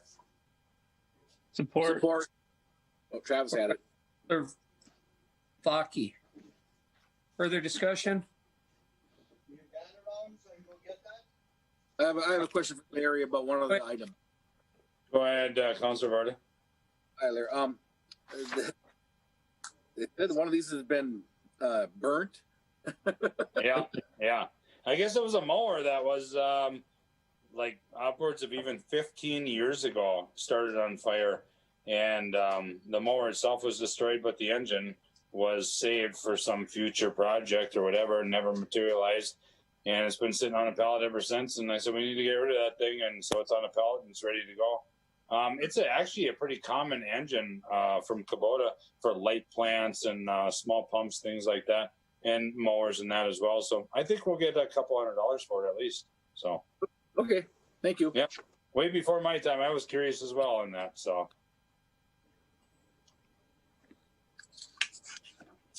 all right, Margaret, could you take a vote on that, please? Counselor Lance. Aye. Counselor Fountain. Aye. Counselor Vaki. Aye. Counselor Varda. Aye. Counselor Campbell. Aye. Mayor Champa. Aye. That motion passes. Thank you, Larry. Jim Johns, SEH Professional Services Agreement for 3rd Street Northwest Project. Good evening. Thank you, Mayor, members of the council. On pages 26 through 28, you have the professional services agreement proposal from SEH. As you're well aware, at our last meeting, we awarded the contract for that 3rd Street Northwest project. SEH is proceeding with construction administration in terms of executing the contracts and getting all that stuff lined up, although construction really won't start until next spring. But they outline their proposed services with their estimate of costs, and as you see, it's total for administration, staking, and observation is a maximum cost not to exceed of $135,000 billed on an hourly cost basis, and I would recommend approval of that agreement, but would happy to answer any questions you might have. Council, if there's questions for Jim, go ahead. If not, I'd entertain a motion to approve professional service agreement for Northwest. I'll make that motion to approve the agreement for 3rd Street Northwest. A motion by Councilor Lance. Second for that.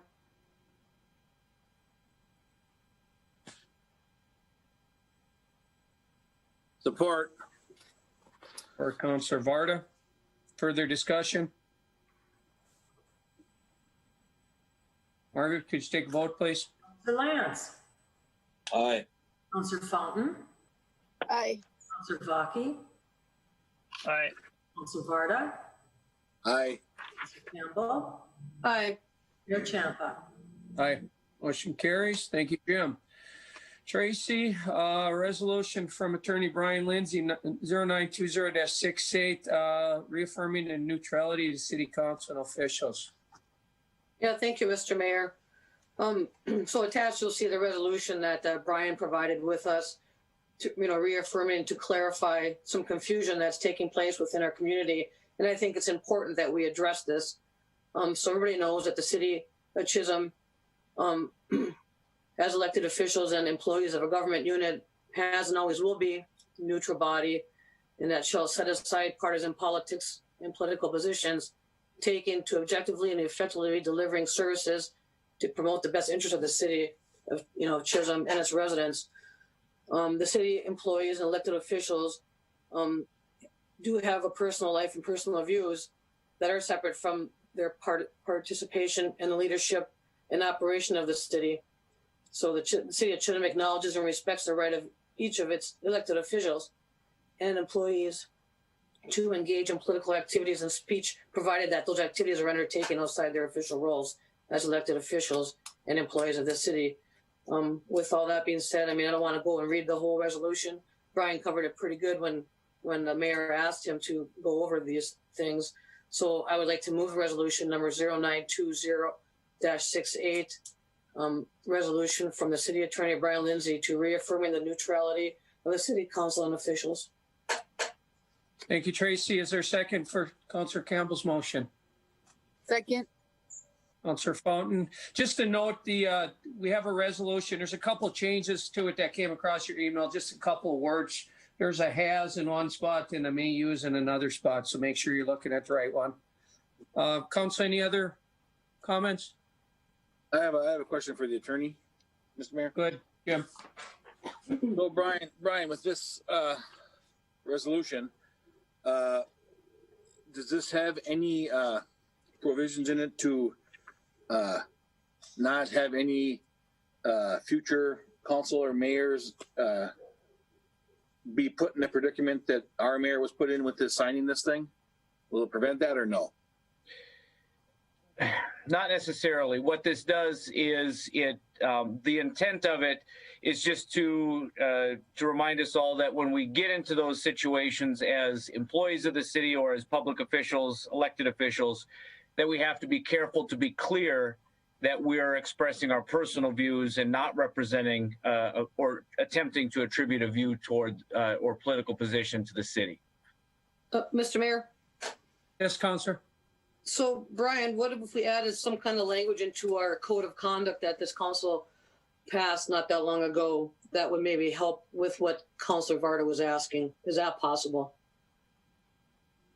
It would. I think the city could adopt or supplement the code of conduct with some additional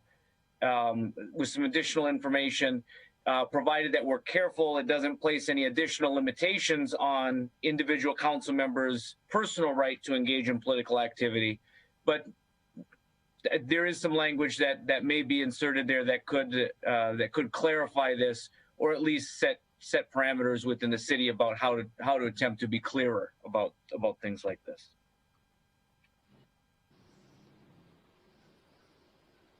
Mr. Mayor. Yes, Councilor. So, Mr. Mayor. Yeah. Oh, go ahead, Tracy. Go ahead, Travis. I'm sorry. I just wanted to make a quick statement since I didn't make one earlier. You know, it's been an interesting couple of weeks for all of us since the letter came out, and you know, I have said since day one that I refuse to post political stuff, and that's just my own personal opinion. But what I don't want to happen, and what I want the people of Chisholm to understand is, and I hope that this is not lost in sight, is how far we've come in 2 years.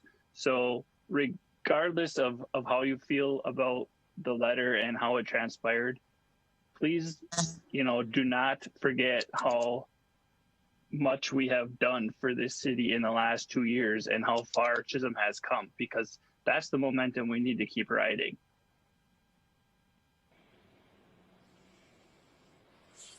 Mr. Mayor, I agree with you, Travis, on that for sure.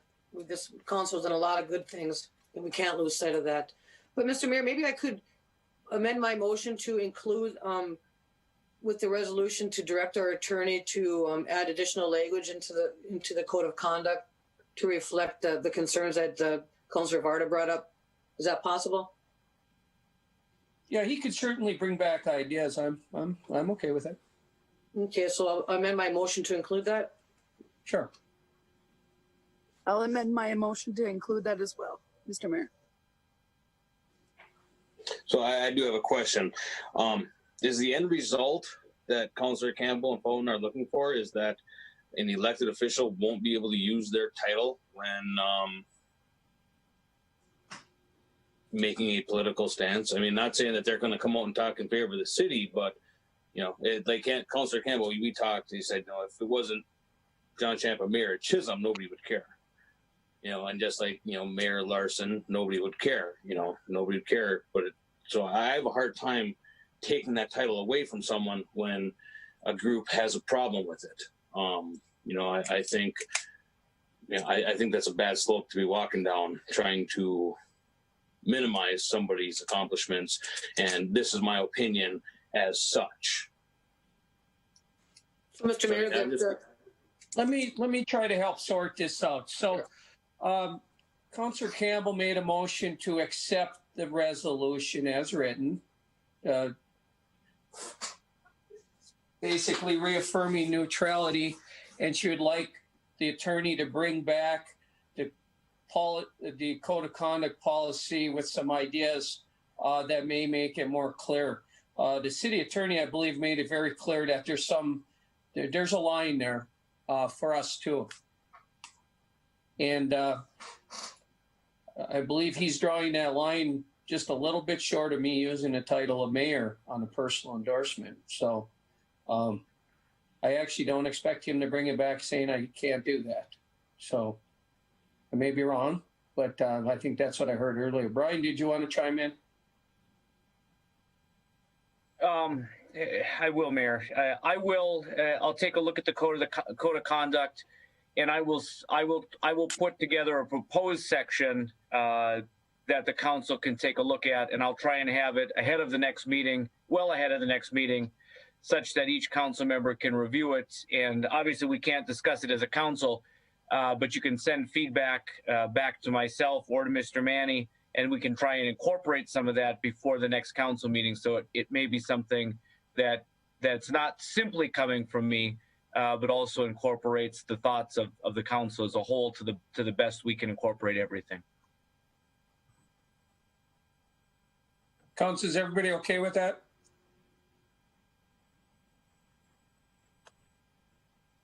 Margaret will take a vote on Councillor Campbell and Councillor Fountain's second. Councillor Lance.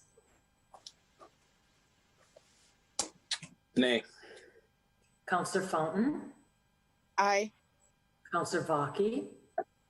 Aye. Councillor Varda. Aye. Councillor Campbell. Aye. Mayor Champa. Aye. Okay, that motion passes. Thank you, Tracy. Travis, council member, Redhead Mountain Bike Park, Minnesota Discovery Center contract for cinematic videos. Good evening. All right. Thank you, Mr. Mayor. I'll keep this short and sweet. We were all there for our working session with Jordan. Attached to this, you see the contract that was signed by the Discovery Center. I don't know if Bill Jordan reached out to you, but the last communication that I had with them was that the Discovery Center was going to stay on the contract as a signer, so the city did not have to man this contract. Just they're looking for $30,000 to help support the project from us.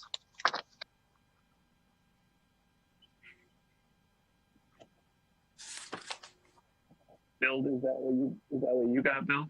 Did Jordan get a hold of you?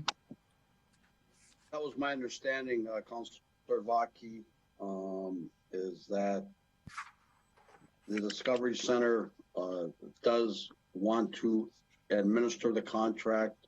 They're looking for a $30,000 payment contribution from the city. And for the council's benefit, the question that somebody's probably going to ask is, where does that money come from? And just to recap what was discussed a little bit last week is the fact that in our economic development general ledger, we had budgeted for the economic development coordinator to be hired for the whole year. That's about $125,000 budget. With the economic development coordinator starting next week, it'll be approximately a little bit less than a third of the year. So there is funding in the economic development budget, which would be the purpose of spending these funds would be for economic development for the city and the production of these videos that would promote the Redhead Mountain Bike Park in the community. So, Mr. Mayor, if anyone else has any questions, I'll let them hop in, but I would put forward a motion to pay $30,000 to the Minnesota Discovery Center for the movie project. Support. If I may, Sure. Is it $30,050 according to their letter on page 32 of the agenda packet? Oh, good catch, Margaret. I apologize. $30,050. Thank you. So Councillor Vaki made the motion. Let me just try, we talked about this in a working session, a little bit more about it. They're going to have a production crew come in and make basically a video of the Redhead Mountain Bike Park. I believe they're going to include things in the city as well and use it as a promotional video for the program or for that facility and use it as a fundraising tool, getting sponsors for the movie and things like that. I think I'm pretty close on that explanation. I think it could be money well spent. They're trying to raise a lot of money for things like trailhead buildings and things like that with this movie. So, if their plan is good, this is a pretty good program. It's money well spent, I believe. So, but still looking for a second on it. I second that, Mr. Mayor. Motion by Councillor Vaki, second by Councillor Lance. Further discussion on that item? Mr. Mayor, I have a question. Yeah, go ahead, Jim. So is this, is the city reimbursing MDC this $30,000, or are they just signing contracts hoping we're going to pay it? So I think I can answer that question, Mr. Mayor. All right, Councillor. In order to lock this company in they had to sign the contract right before we met on our working session, and their deposit was $15,000, and so the total project itself is $30,050, but they had to sign the contract in order to lock this company in. So I don't believe that that is the case, that they would do that regularly. I think this was just kind of a needed to happen in order to lock it in, because movie companies don't come around every day. So, Council, further questions? So, I have another question for maybe Councilor Lance can answer it. So they paid $15,000. So are we reimbursing them the 15 grand and then we're throwing 15 grand on top of it, or is it 45 grand?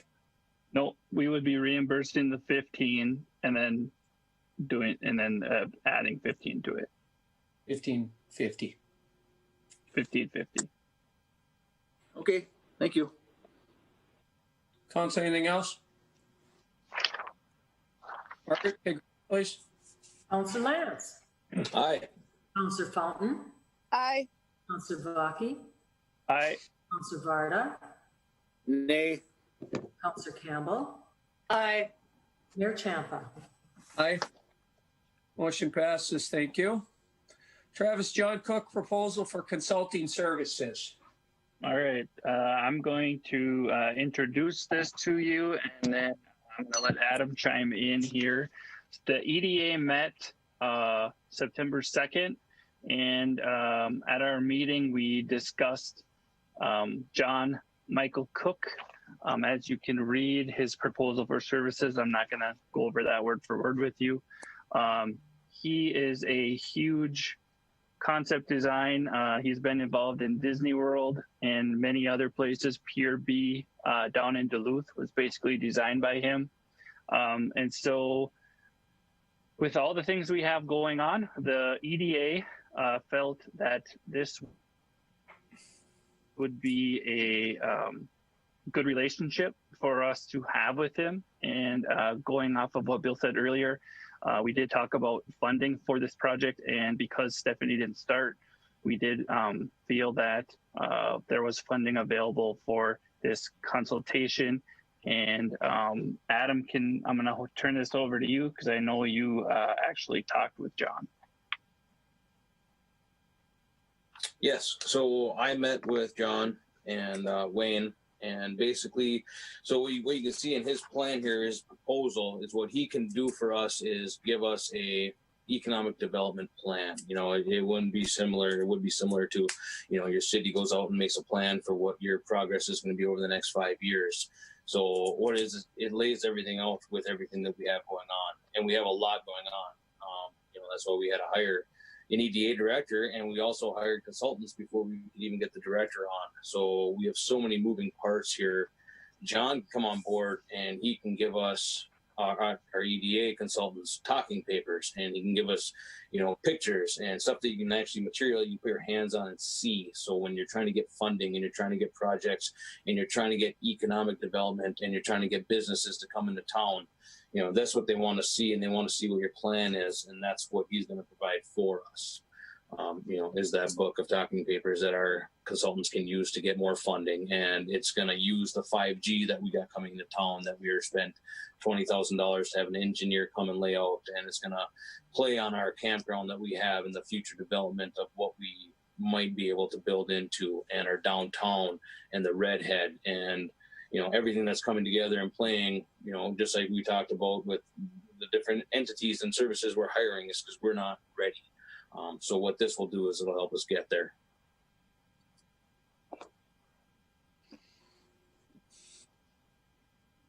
Travis, Adam, the only point I would like to make is, I think it's a good idea. However,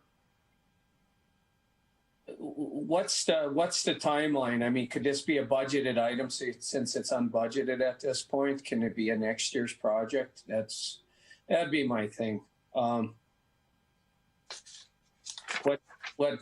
would we be What problem would we cause holding off until we could discuss it during the budget? I think we'd probably be able to lose out on a lot of money, a lot of grants that are out there. Like I said, everything that we're doing as a city, we're moving fast paced and we are being very progressive. So I think any hindrance in this is going to lose out on a lot. We have the 5G and the big project that we have coming in that we wanted to look at, the mesh network, and this all plays a big part in working together with it. But it's very important that we move on this now. How well has this individual been vetted from a city standpoint?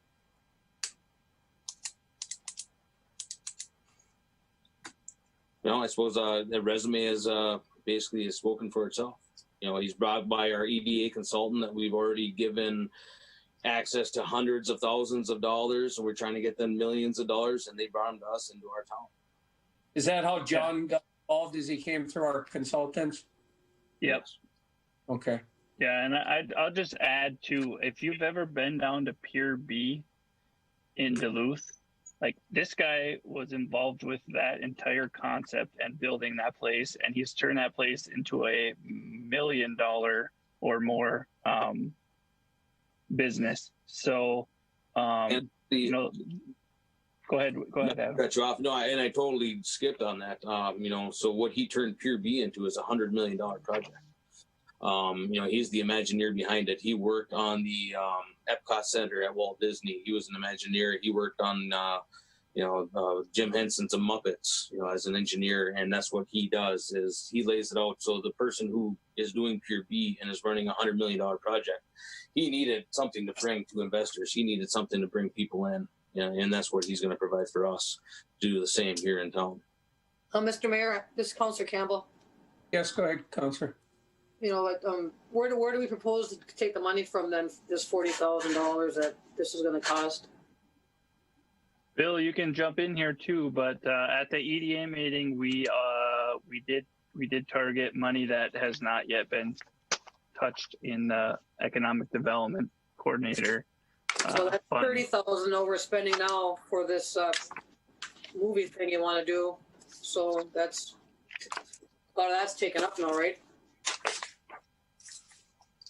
Mr. Mayor, if I may, I can clarify the numbers. There's 125,000 in the budget. If this is approved, it would be 70. A third, that'd be, let's see, a third would be about 83,000. So we will spend about 45. So there is money in the economic development budget, in the approved budget, to spend up to about 80,000. You just approved 30, so this would be another 40. So this would be 70 of the 80. Perfect. One thing I would like to bring up to everybody too, on page 22, when you look at some of the fees that we're paying our EDA consultants to come up with, the very last bullet point is recruitment of business development partners for the purpose of economic recovery. Project estimate, $3 to $5 million. And I believe if you were to ask Wayne, John Cook ties right into there. Yeah, and I certainly don't want to be the Debbie Downer on this thing. Like I said, I think it's good. I just don't want this council to have another the best thing since sliced bread like we have in the basement of City Hall and be fighting with this. We're going to be fighting with that organization for years to come to get any of the money that's owed to us. So that's all.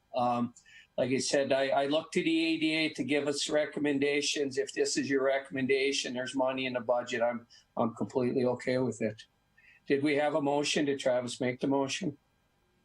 I did not, but I certainly will. I'll make a motion to hire John Michael Cook as a consultant to the EDA in the city for a fee of $40,000.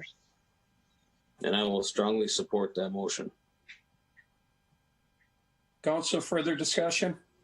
Mr. Mayor, I have a comment or two, so don't worry about being the Debbie Downer on this.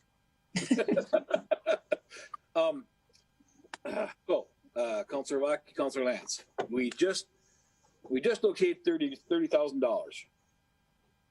for the Redhead movie. So now we're going to spend 40 grand for this guy to retake pictures of the Redhead mountain bike trail. That doesn't make a lot of sense to me. No, Jim, that's absolutely, he is going to lay out a plan for our downtown. The Redheads is totally separate. You know, it all ties together with our economic development. But this is not anything to do with the Redhead. This is to do with our downtown and our projects coming forward with everything that we're working towards. Okay. I thought I heard Redhead mountain bike again. And it all ties together with the community, Jim. You know, the Redhead's here, whether you like it or not. You know, there are certain things I'll do and certain things I'm not. So. No, but I mean, obviously we have to plan for that. You know, we have to plan for the Redhead being here. We have to plan for the type of guests we're going to have. You know, we're going to have so many different types of guests. You know, we could develop that campground that, you know, we just purchased for $100,000, $150,000, whatever it was.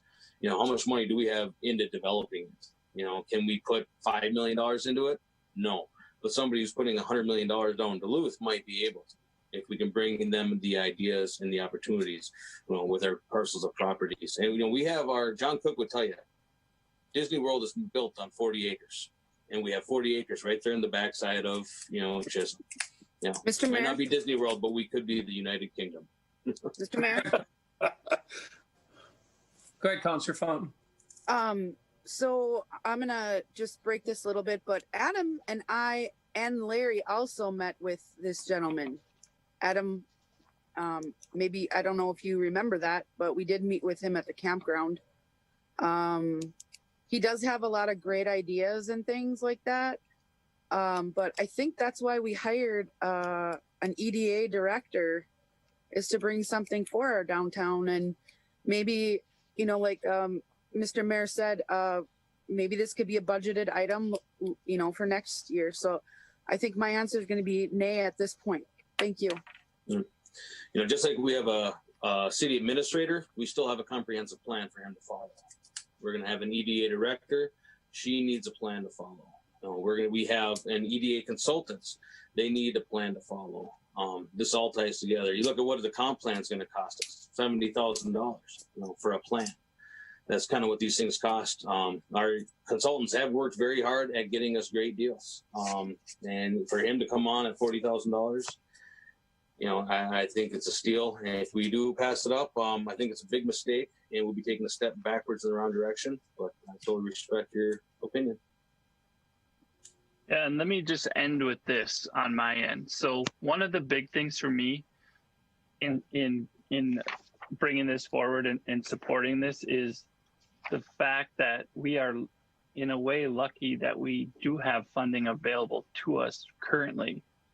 You know, who knows what our budget is going to look like next year, and to say that this would be a budgeted item next year, I'm not sure that I would agree with that.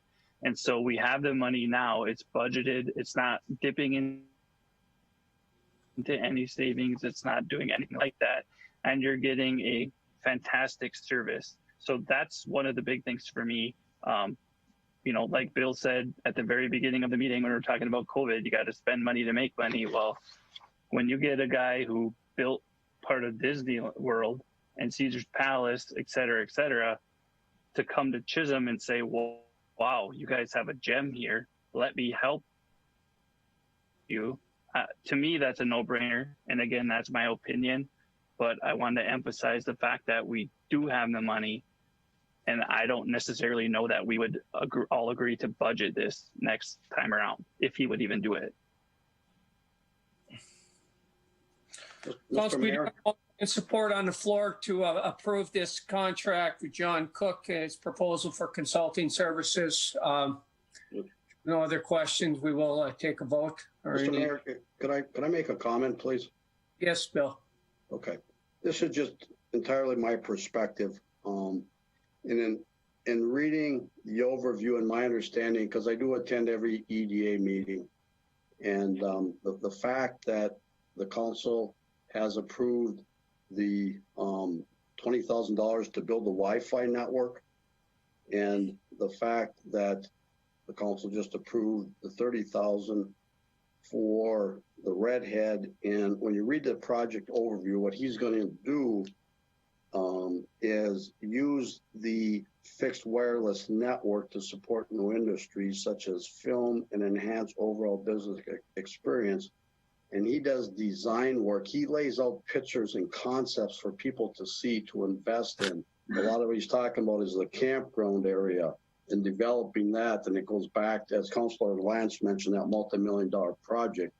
And in my opinion, the items that the council has already approved, going back to paying an engineer for the Wi-Fi network so that that can be part of that $1 million grant that's being submitted by the consultants, and all the other items. To me, strictly my opinion is that it's like putting together a puzzle, and if this doesn't get improved, it's going to be putting together the puzzle with a piece missing. That's strictly my opinion based on what I know and going to the meetings. Everything else is in the works. This is the final piece to that puzzle. So that's just my comment based on what I know in the meetings that I've sat in on. Thank you, Bill. Council, anything else? Like you said, let me say just one more thing, and that would be, I wish our consultant was on at this point, Stephanie, but like I said, I'm not against it. If you guys found the money to pay for it, if you feel it's part of the big picture, I'll go along with it.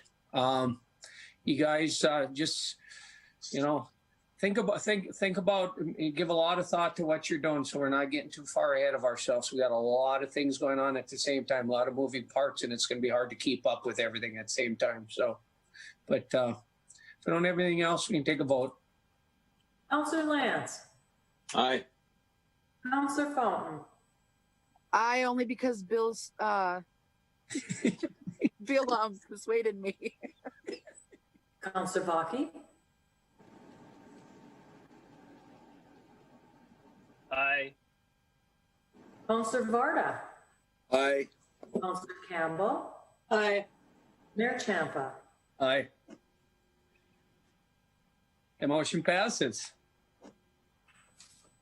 Last one, Gym Sports Club Bar and Grill request a lift noise ordinance. Travis. Okay, thank you all for that. Lastly, here is a letter from Kelly that was sent to me, and I forwarded on to Margaret for include in the packet. It is based on the approval of the Schnorr Mud Fest that we approved at our last meeting, pending their COVID plan. But assuming that that goes, Kelly is asking to have lift the noise ordinance September 19th for their Schnorr Mud Fest to retain business on the outdoor patio and provide entertainment during the citywide festival. Councilor Bach is looking for a motion for that request. I'll make that motion. Okay, is there a second for that? Second for discussion. Go ahead, Jim. So, this citywide festival is just going to be for Jim's property? No. Or is it gonna be the whole... The streets we closed off were basically from the doorway, I believe from about the doorway of Snickers Pizza down to basically past the doorway of Gym Sports Club, and to the south from the intersection of 2nd Avenue and Main Street to basically the First Street south, so including the city parking lot behind Tom and Jerry. So that whole area, but they, as part of that, they would like to have a band that night and play longer than city ordinance. If I read this. All right. Mr. Councilor Lance, did you have something? Yeah, I just say in case anybody out there is curious or wondering, I did get a couple calls after their last show last weekend. It did seem it was a little louder than normal. I don't know if it's just because the cold is in the air, things echo a little bit more.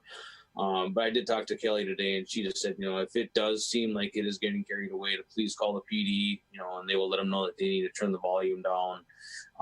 They are trying to be very cognizant of everybody and, the close proximity to the bar.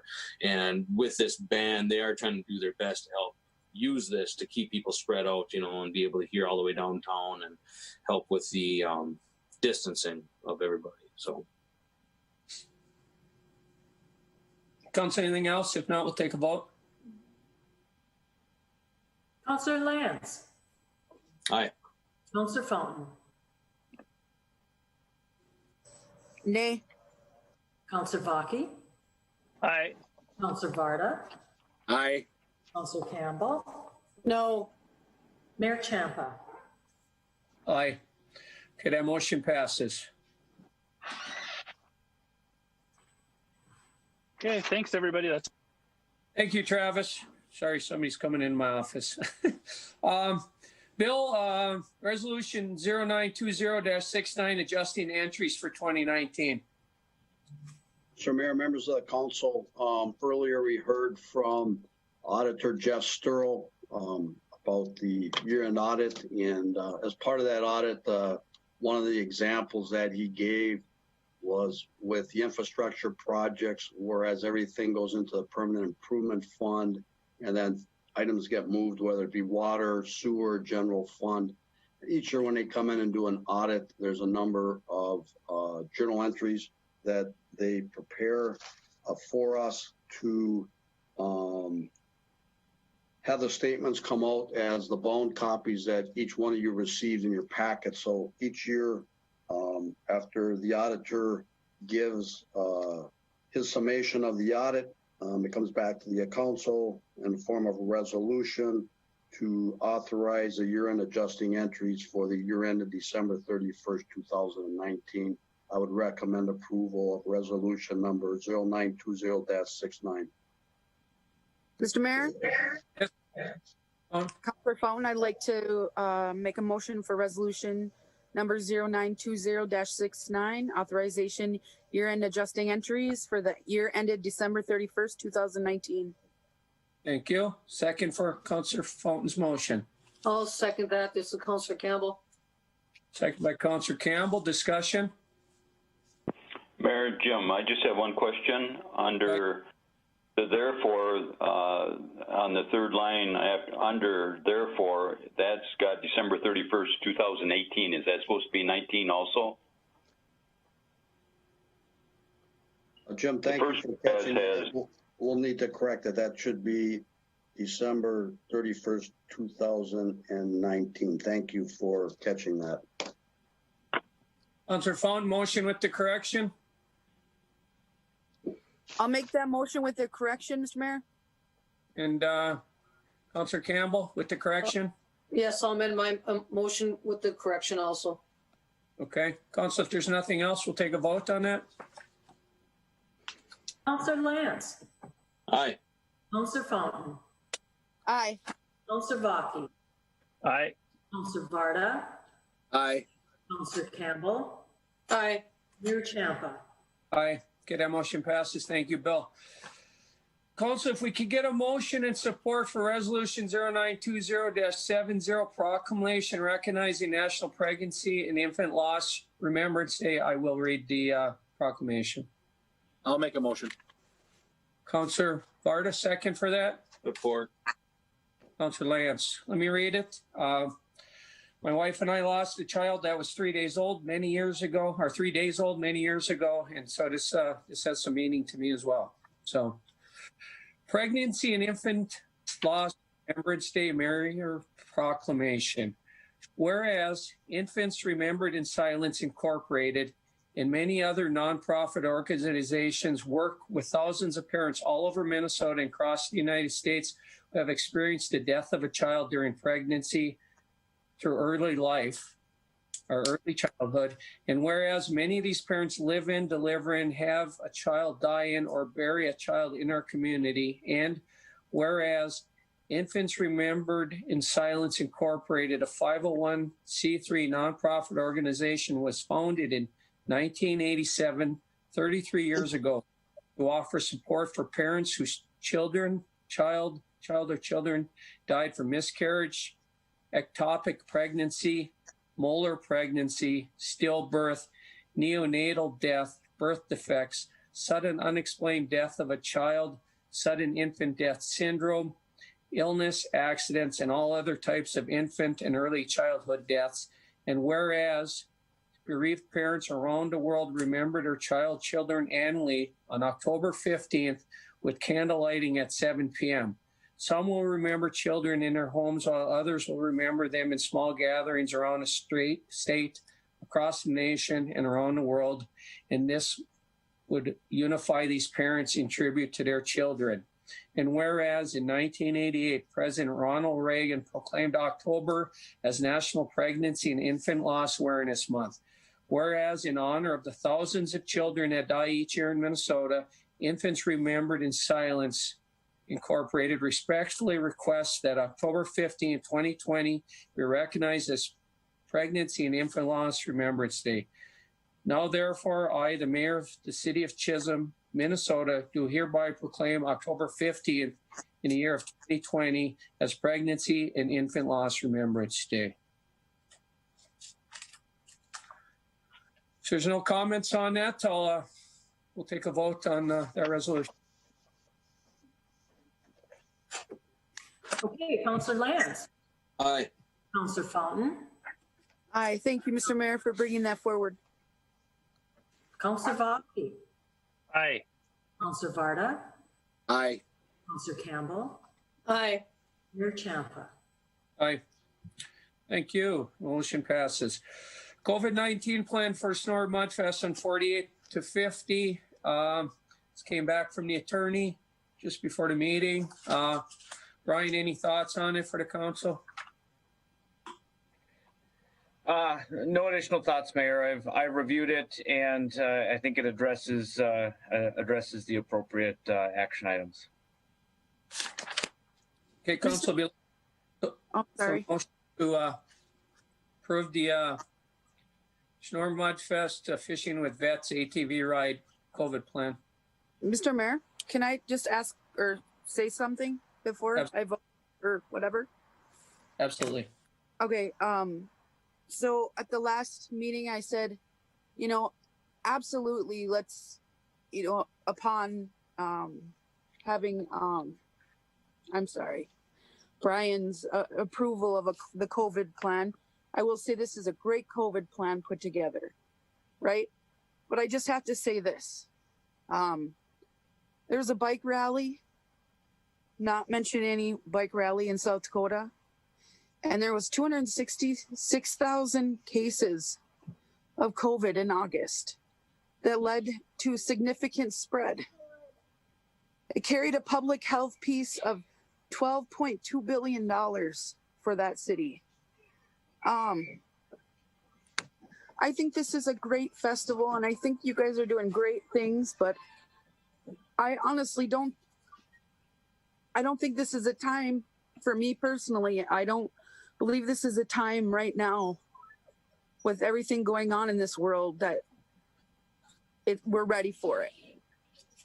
And I appreciate what everybody does for the vets, because they do need our attention right now, and they need things to do in life, such as fishing and getting out and experiencing things before they pass away.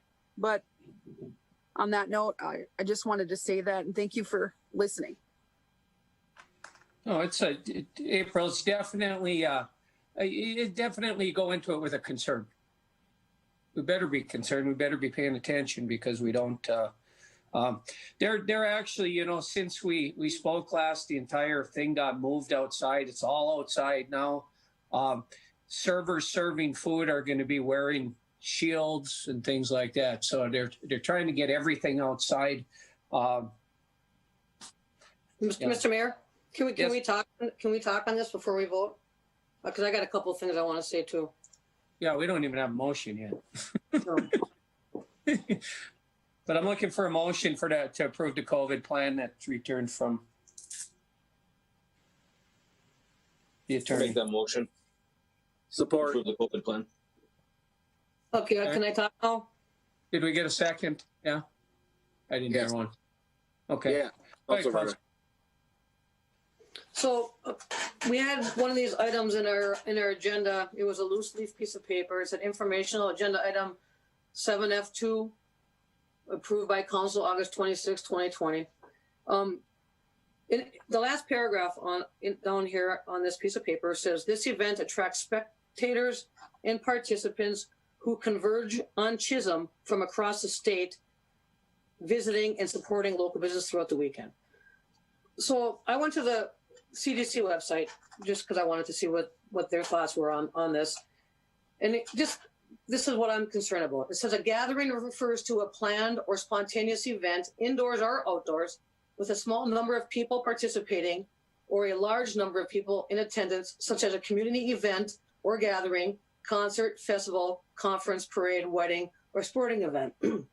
He goes on to say, the more people an individual interacts with at a gathering, and the longer that interaction lasts, the higher the potential risk of becoming infected with COVID-19 and the COVID-19 spreading.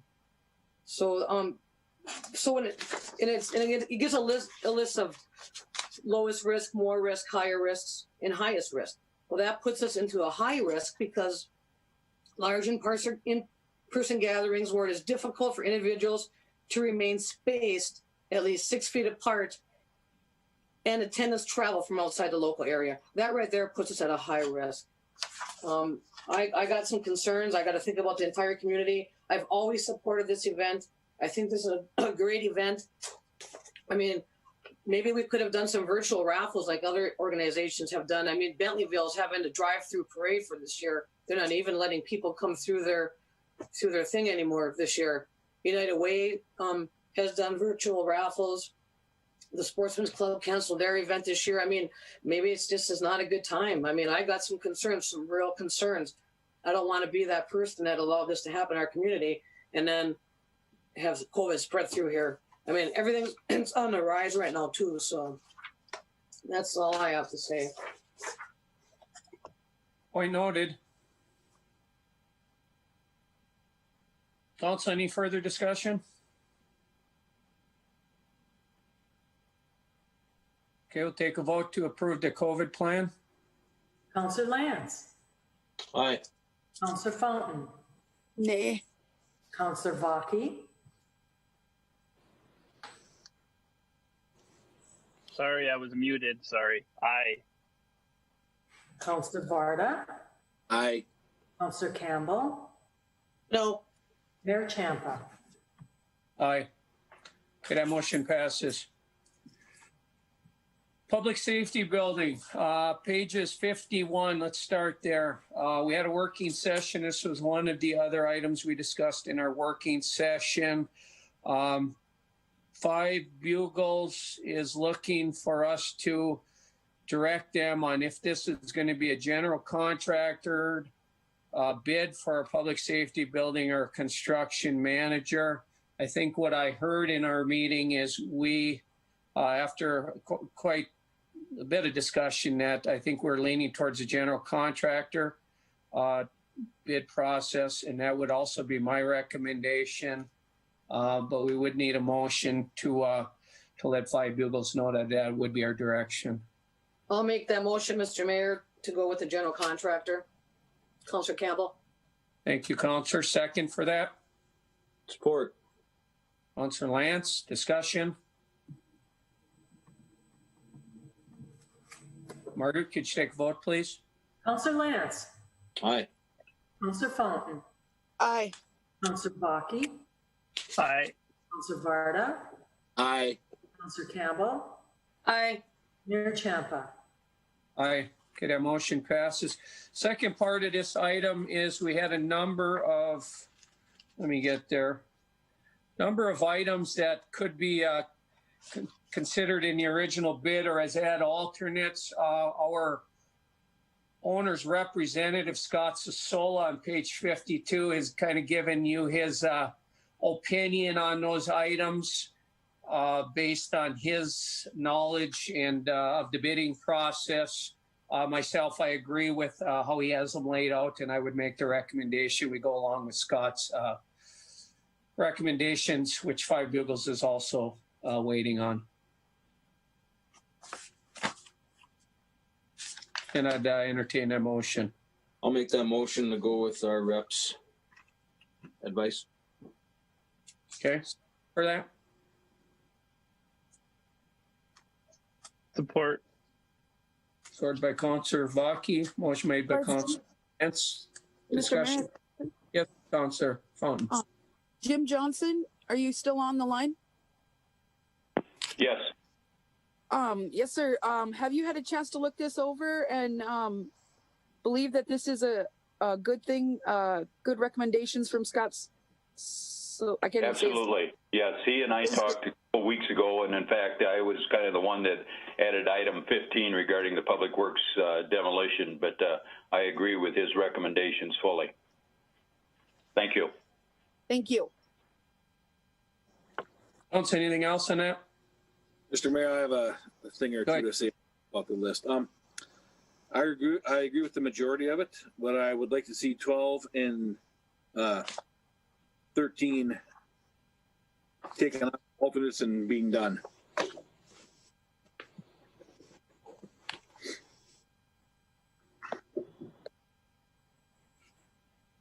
Okay. Well, you're going to have to convince the motion and support to change their mind. To me, the way I look at that, Jim, they're going to be part of the bid. They're going to be there. You're going to be gone, but the ability to accept them, if we can afford to do it, is going to be there on day one, because they will be in there. I don't think you got it yet. I don't like the word alternate. Oh.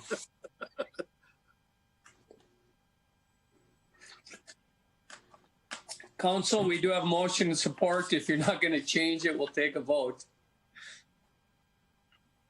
Margaret? Councillor Lance. Aye. Councillor Fountain. Aye. Councillor Vaki. Aye. Councillor Varda. Aye. Councillor Campbell. Aye. Mayor Champa. Aye. Okay, that motion carries. Council, next item. Margaret actually brought this to my attention about a working session with the League of Minnesota Cities training with our new councilors. Locking in a date for that. You have the on page 54 talks a little bit about it. I think it'll be a great thing. It'll be a great thing for me, myself also. So I would like to look at locking in that date of Wednesday, February 17th at 5 p.m. for a new council to meet with the League of Minnesota Cities. How that'll actually be done is yet to be determined, I think. But I would recommend we do that since they're willing to come up and teach us. I'll make that motion that we lock in the League of Minnesota Cities on Wednesday, February 17th, 2021 at 5 p.m. Okay, is there a second for that? Support. Okay, support by Councillor Vaki, motion by Councillor Lance. Further discussion? Margaret, could you take a vote, please? Councillor Lance. Aye. Councillor Fountain. Aye. Councillor Vaki. Aye. Councillor Varda. Aye. Councillor Campbell. Aye. Mayor Champa. Aye, that motion passes. Margaret, when you tell them that we're on board with this, somehow we're going to have to probably get a reminder. That's a long way out. Absolutely. I don't know how we're going to do that, but good. Thank you. Okay, Council, the next item, after declaring the citywide festival for the Schnorr Mud Fest, just this last week, I contacted Attorney Lindsay and said, so does a citywide festival automatically allow the establishments to serve beverages outside? And his answer was, yes. However, we need to make sure that, number one, they put in a formal request to the city asking to do that. And number two, They also inform their insurance company and get approval to do that because they would be serving alcohol on our city sidewalk and their insurance has to cover their liability. I'm going to turn it over to Attorney Lindsay in a second. Reason I asked the question is, once again, we want everything that we can do for that festival held outside. And that was the reason for the question. But it sounds like there's more that needs to be done. If Attorney Lindsay is in agreement, that's what we need to do. I would look to directing Administrator Manny to basically administrate this and get the letters of request and whatever we're going to need from the insurance company. But I'll turn it over to Brian at this point to see where I erred in my description of that. No errors, Mayor. That was the answer that I'd given you. Essentially, what we're doing by approving the festival is we're allowing folks to consume out on the streets, and what we need to do also is if they're going to be serving out on the public sidewalks, because that belongs to the city, we need to make sure that they contact their liquor liability coverage and make sure that it extends out and that they're going to be able to cover those areas for the designated time of that festival. And just let us know what's going on and provide us, what I would suggest is provide us with some sort of documentation that they've put adequate insurance in place to protect the city. Council, I'd be looking for a motion to basically put Administrator Manny in charge of making sure anybody that's serving during this period of our citywide festival has the items on file with the city. I'll make the motion. Motion by Councilor Varda. Is there a second for that? Support. Councilor Lance. Further discussion? Margaret, could you take a vote? Councilor Lance. Aye. Councilor Fountain. Aye. Councilor Vaki. Aye. Councilor Varda. Aye. Councilor Campbell. Aye. Mayor Champa. Aye. Motion passes. Thank you for that, Brian. Last item, accept resignation from Louis J. Ciani. Send him a letter thanking him for his time. I'd like to just mention a few things on this. Mr. Ciani and I have been friends for well over 20 years. He served as my city attorney in my first term as mayor, first 2 terms as mayor. Approximately a year ago, he came to me and said he didn't know how long he would want to be on the EDA. I'm grateful for Mr. Ciani that he stayed on the EDA because he brought some very valuable information to the EDA on ways to help our businesses during this COVID. Unfortunately, Mr. Ciani and I do not agree politically, as the letter states in his resignation. And at this point, there's nothing I can do about that. So entertain a motion to accept Mr. Ciani's resignation and send him a very nice. I'll make that motion, Mr. Mayor. Councilor Campbell. Is there a second for that? Support. Further discussion? Yeah, go ahead, Adam. Oh, Travis, you go ahead.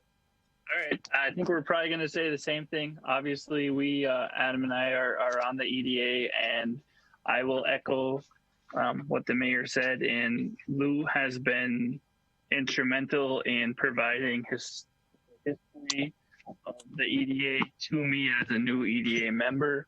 The information that man has in his head is unbelievable, and the stories he can tell you are also unbelievable.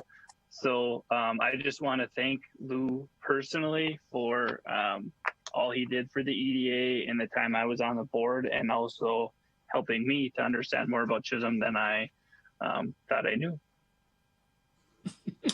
I would echo almost the same thing. Thank you very much, Lou. You were able to teach me a lot in a short amount of time. 1 meeting a month isn't enough with Lou. But like Travis said, getting on the role here that we take on in life, city council or fire department or wherever it has you, the leadership that, extends a hand and teaches you and helps you along the way, it brings you up leaps and bounds. So thank you very much, Lou. Your time is very much appreciated. I'm sorry to see you go. I know it's a long time coming, but thank you very much.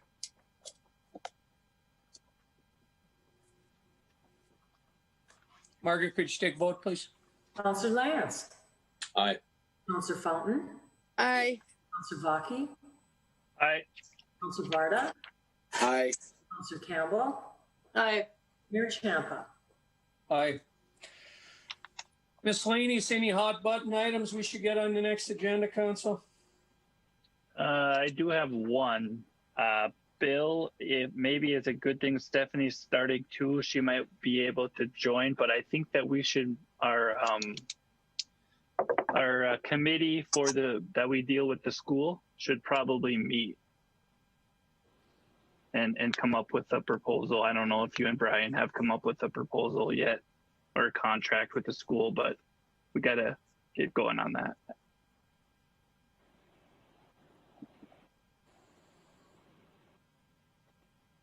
Council, anything else? Mr. Mayor, I have a question. Yep. It's been bugging me for a long time. Can we change the way we vote? It's only one or two that say nay. We could probably hear the difference in 3 or 4 saying yes and 1 or 2 saying no.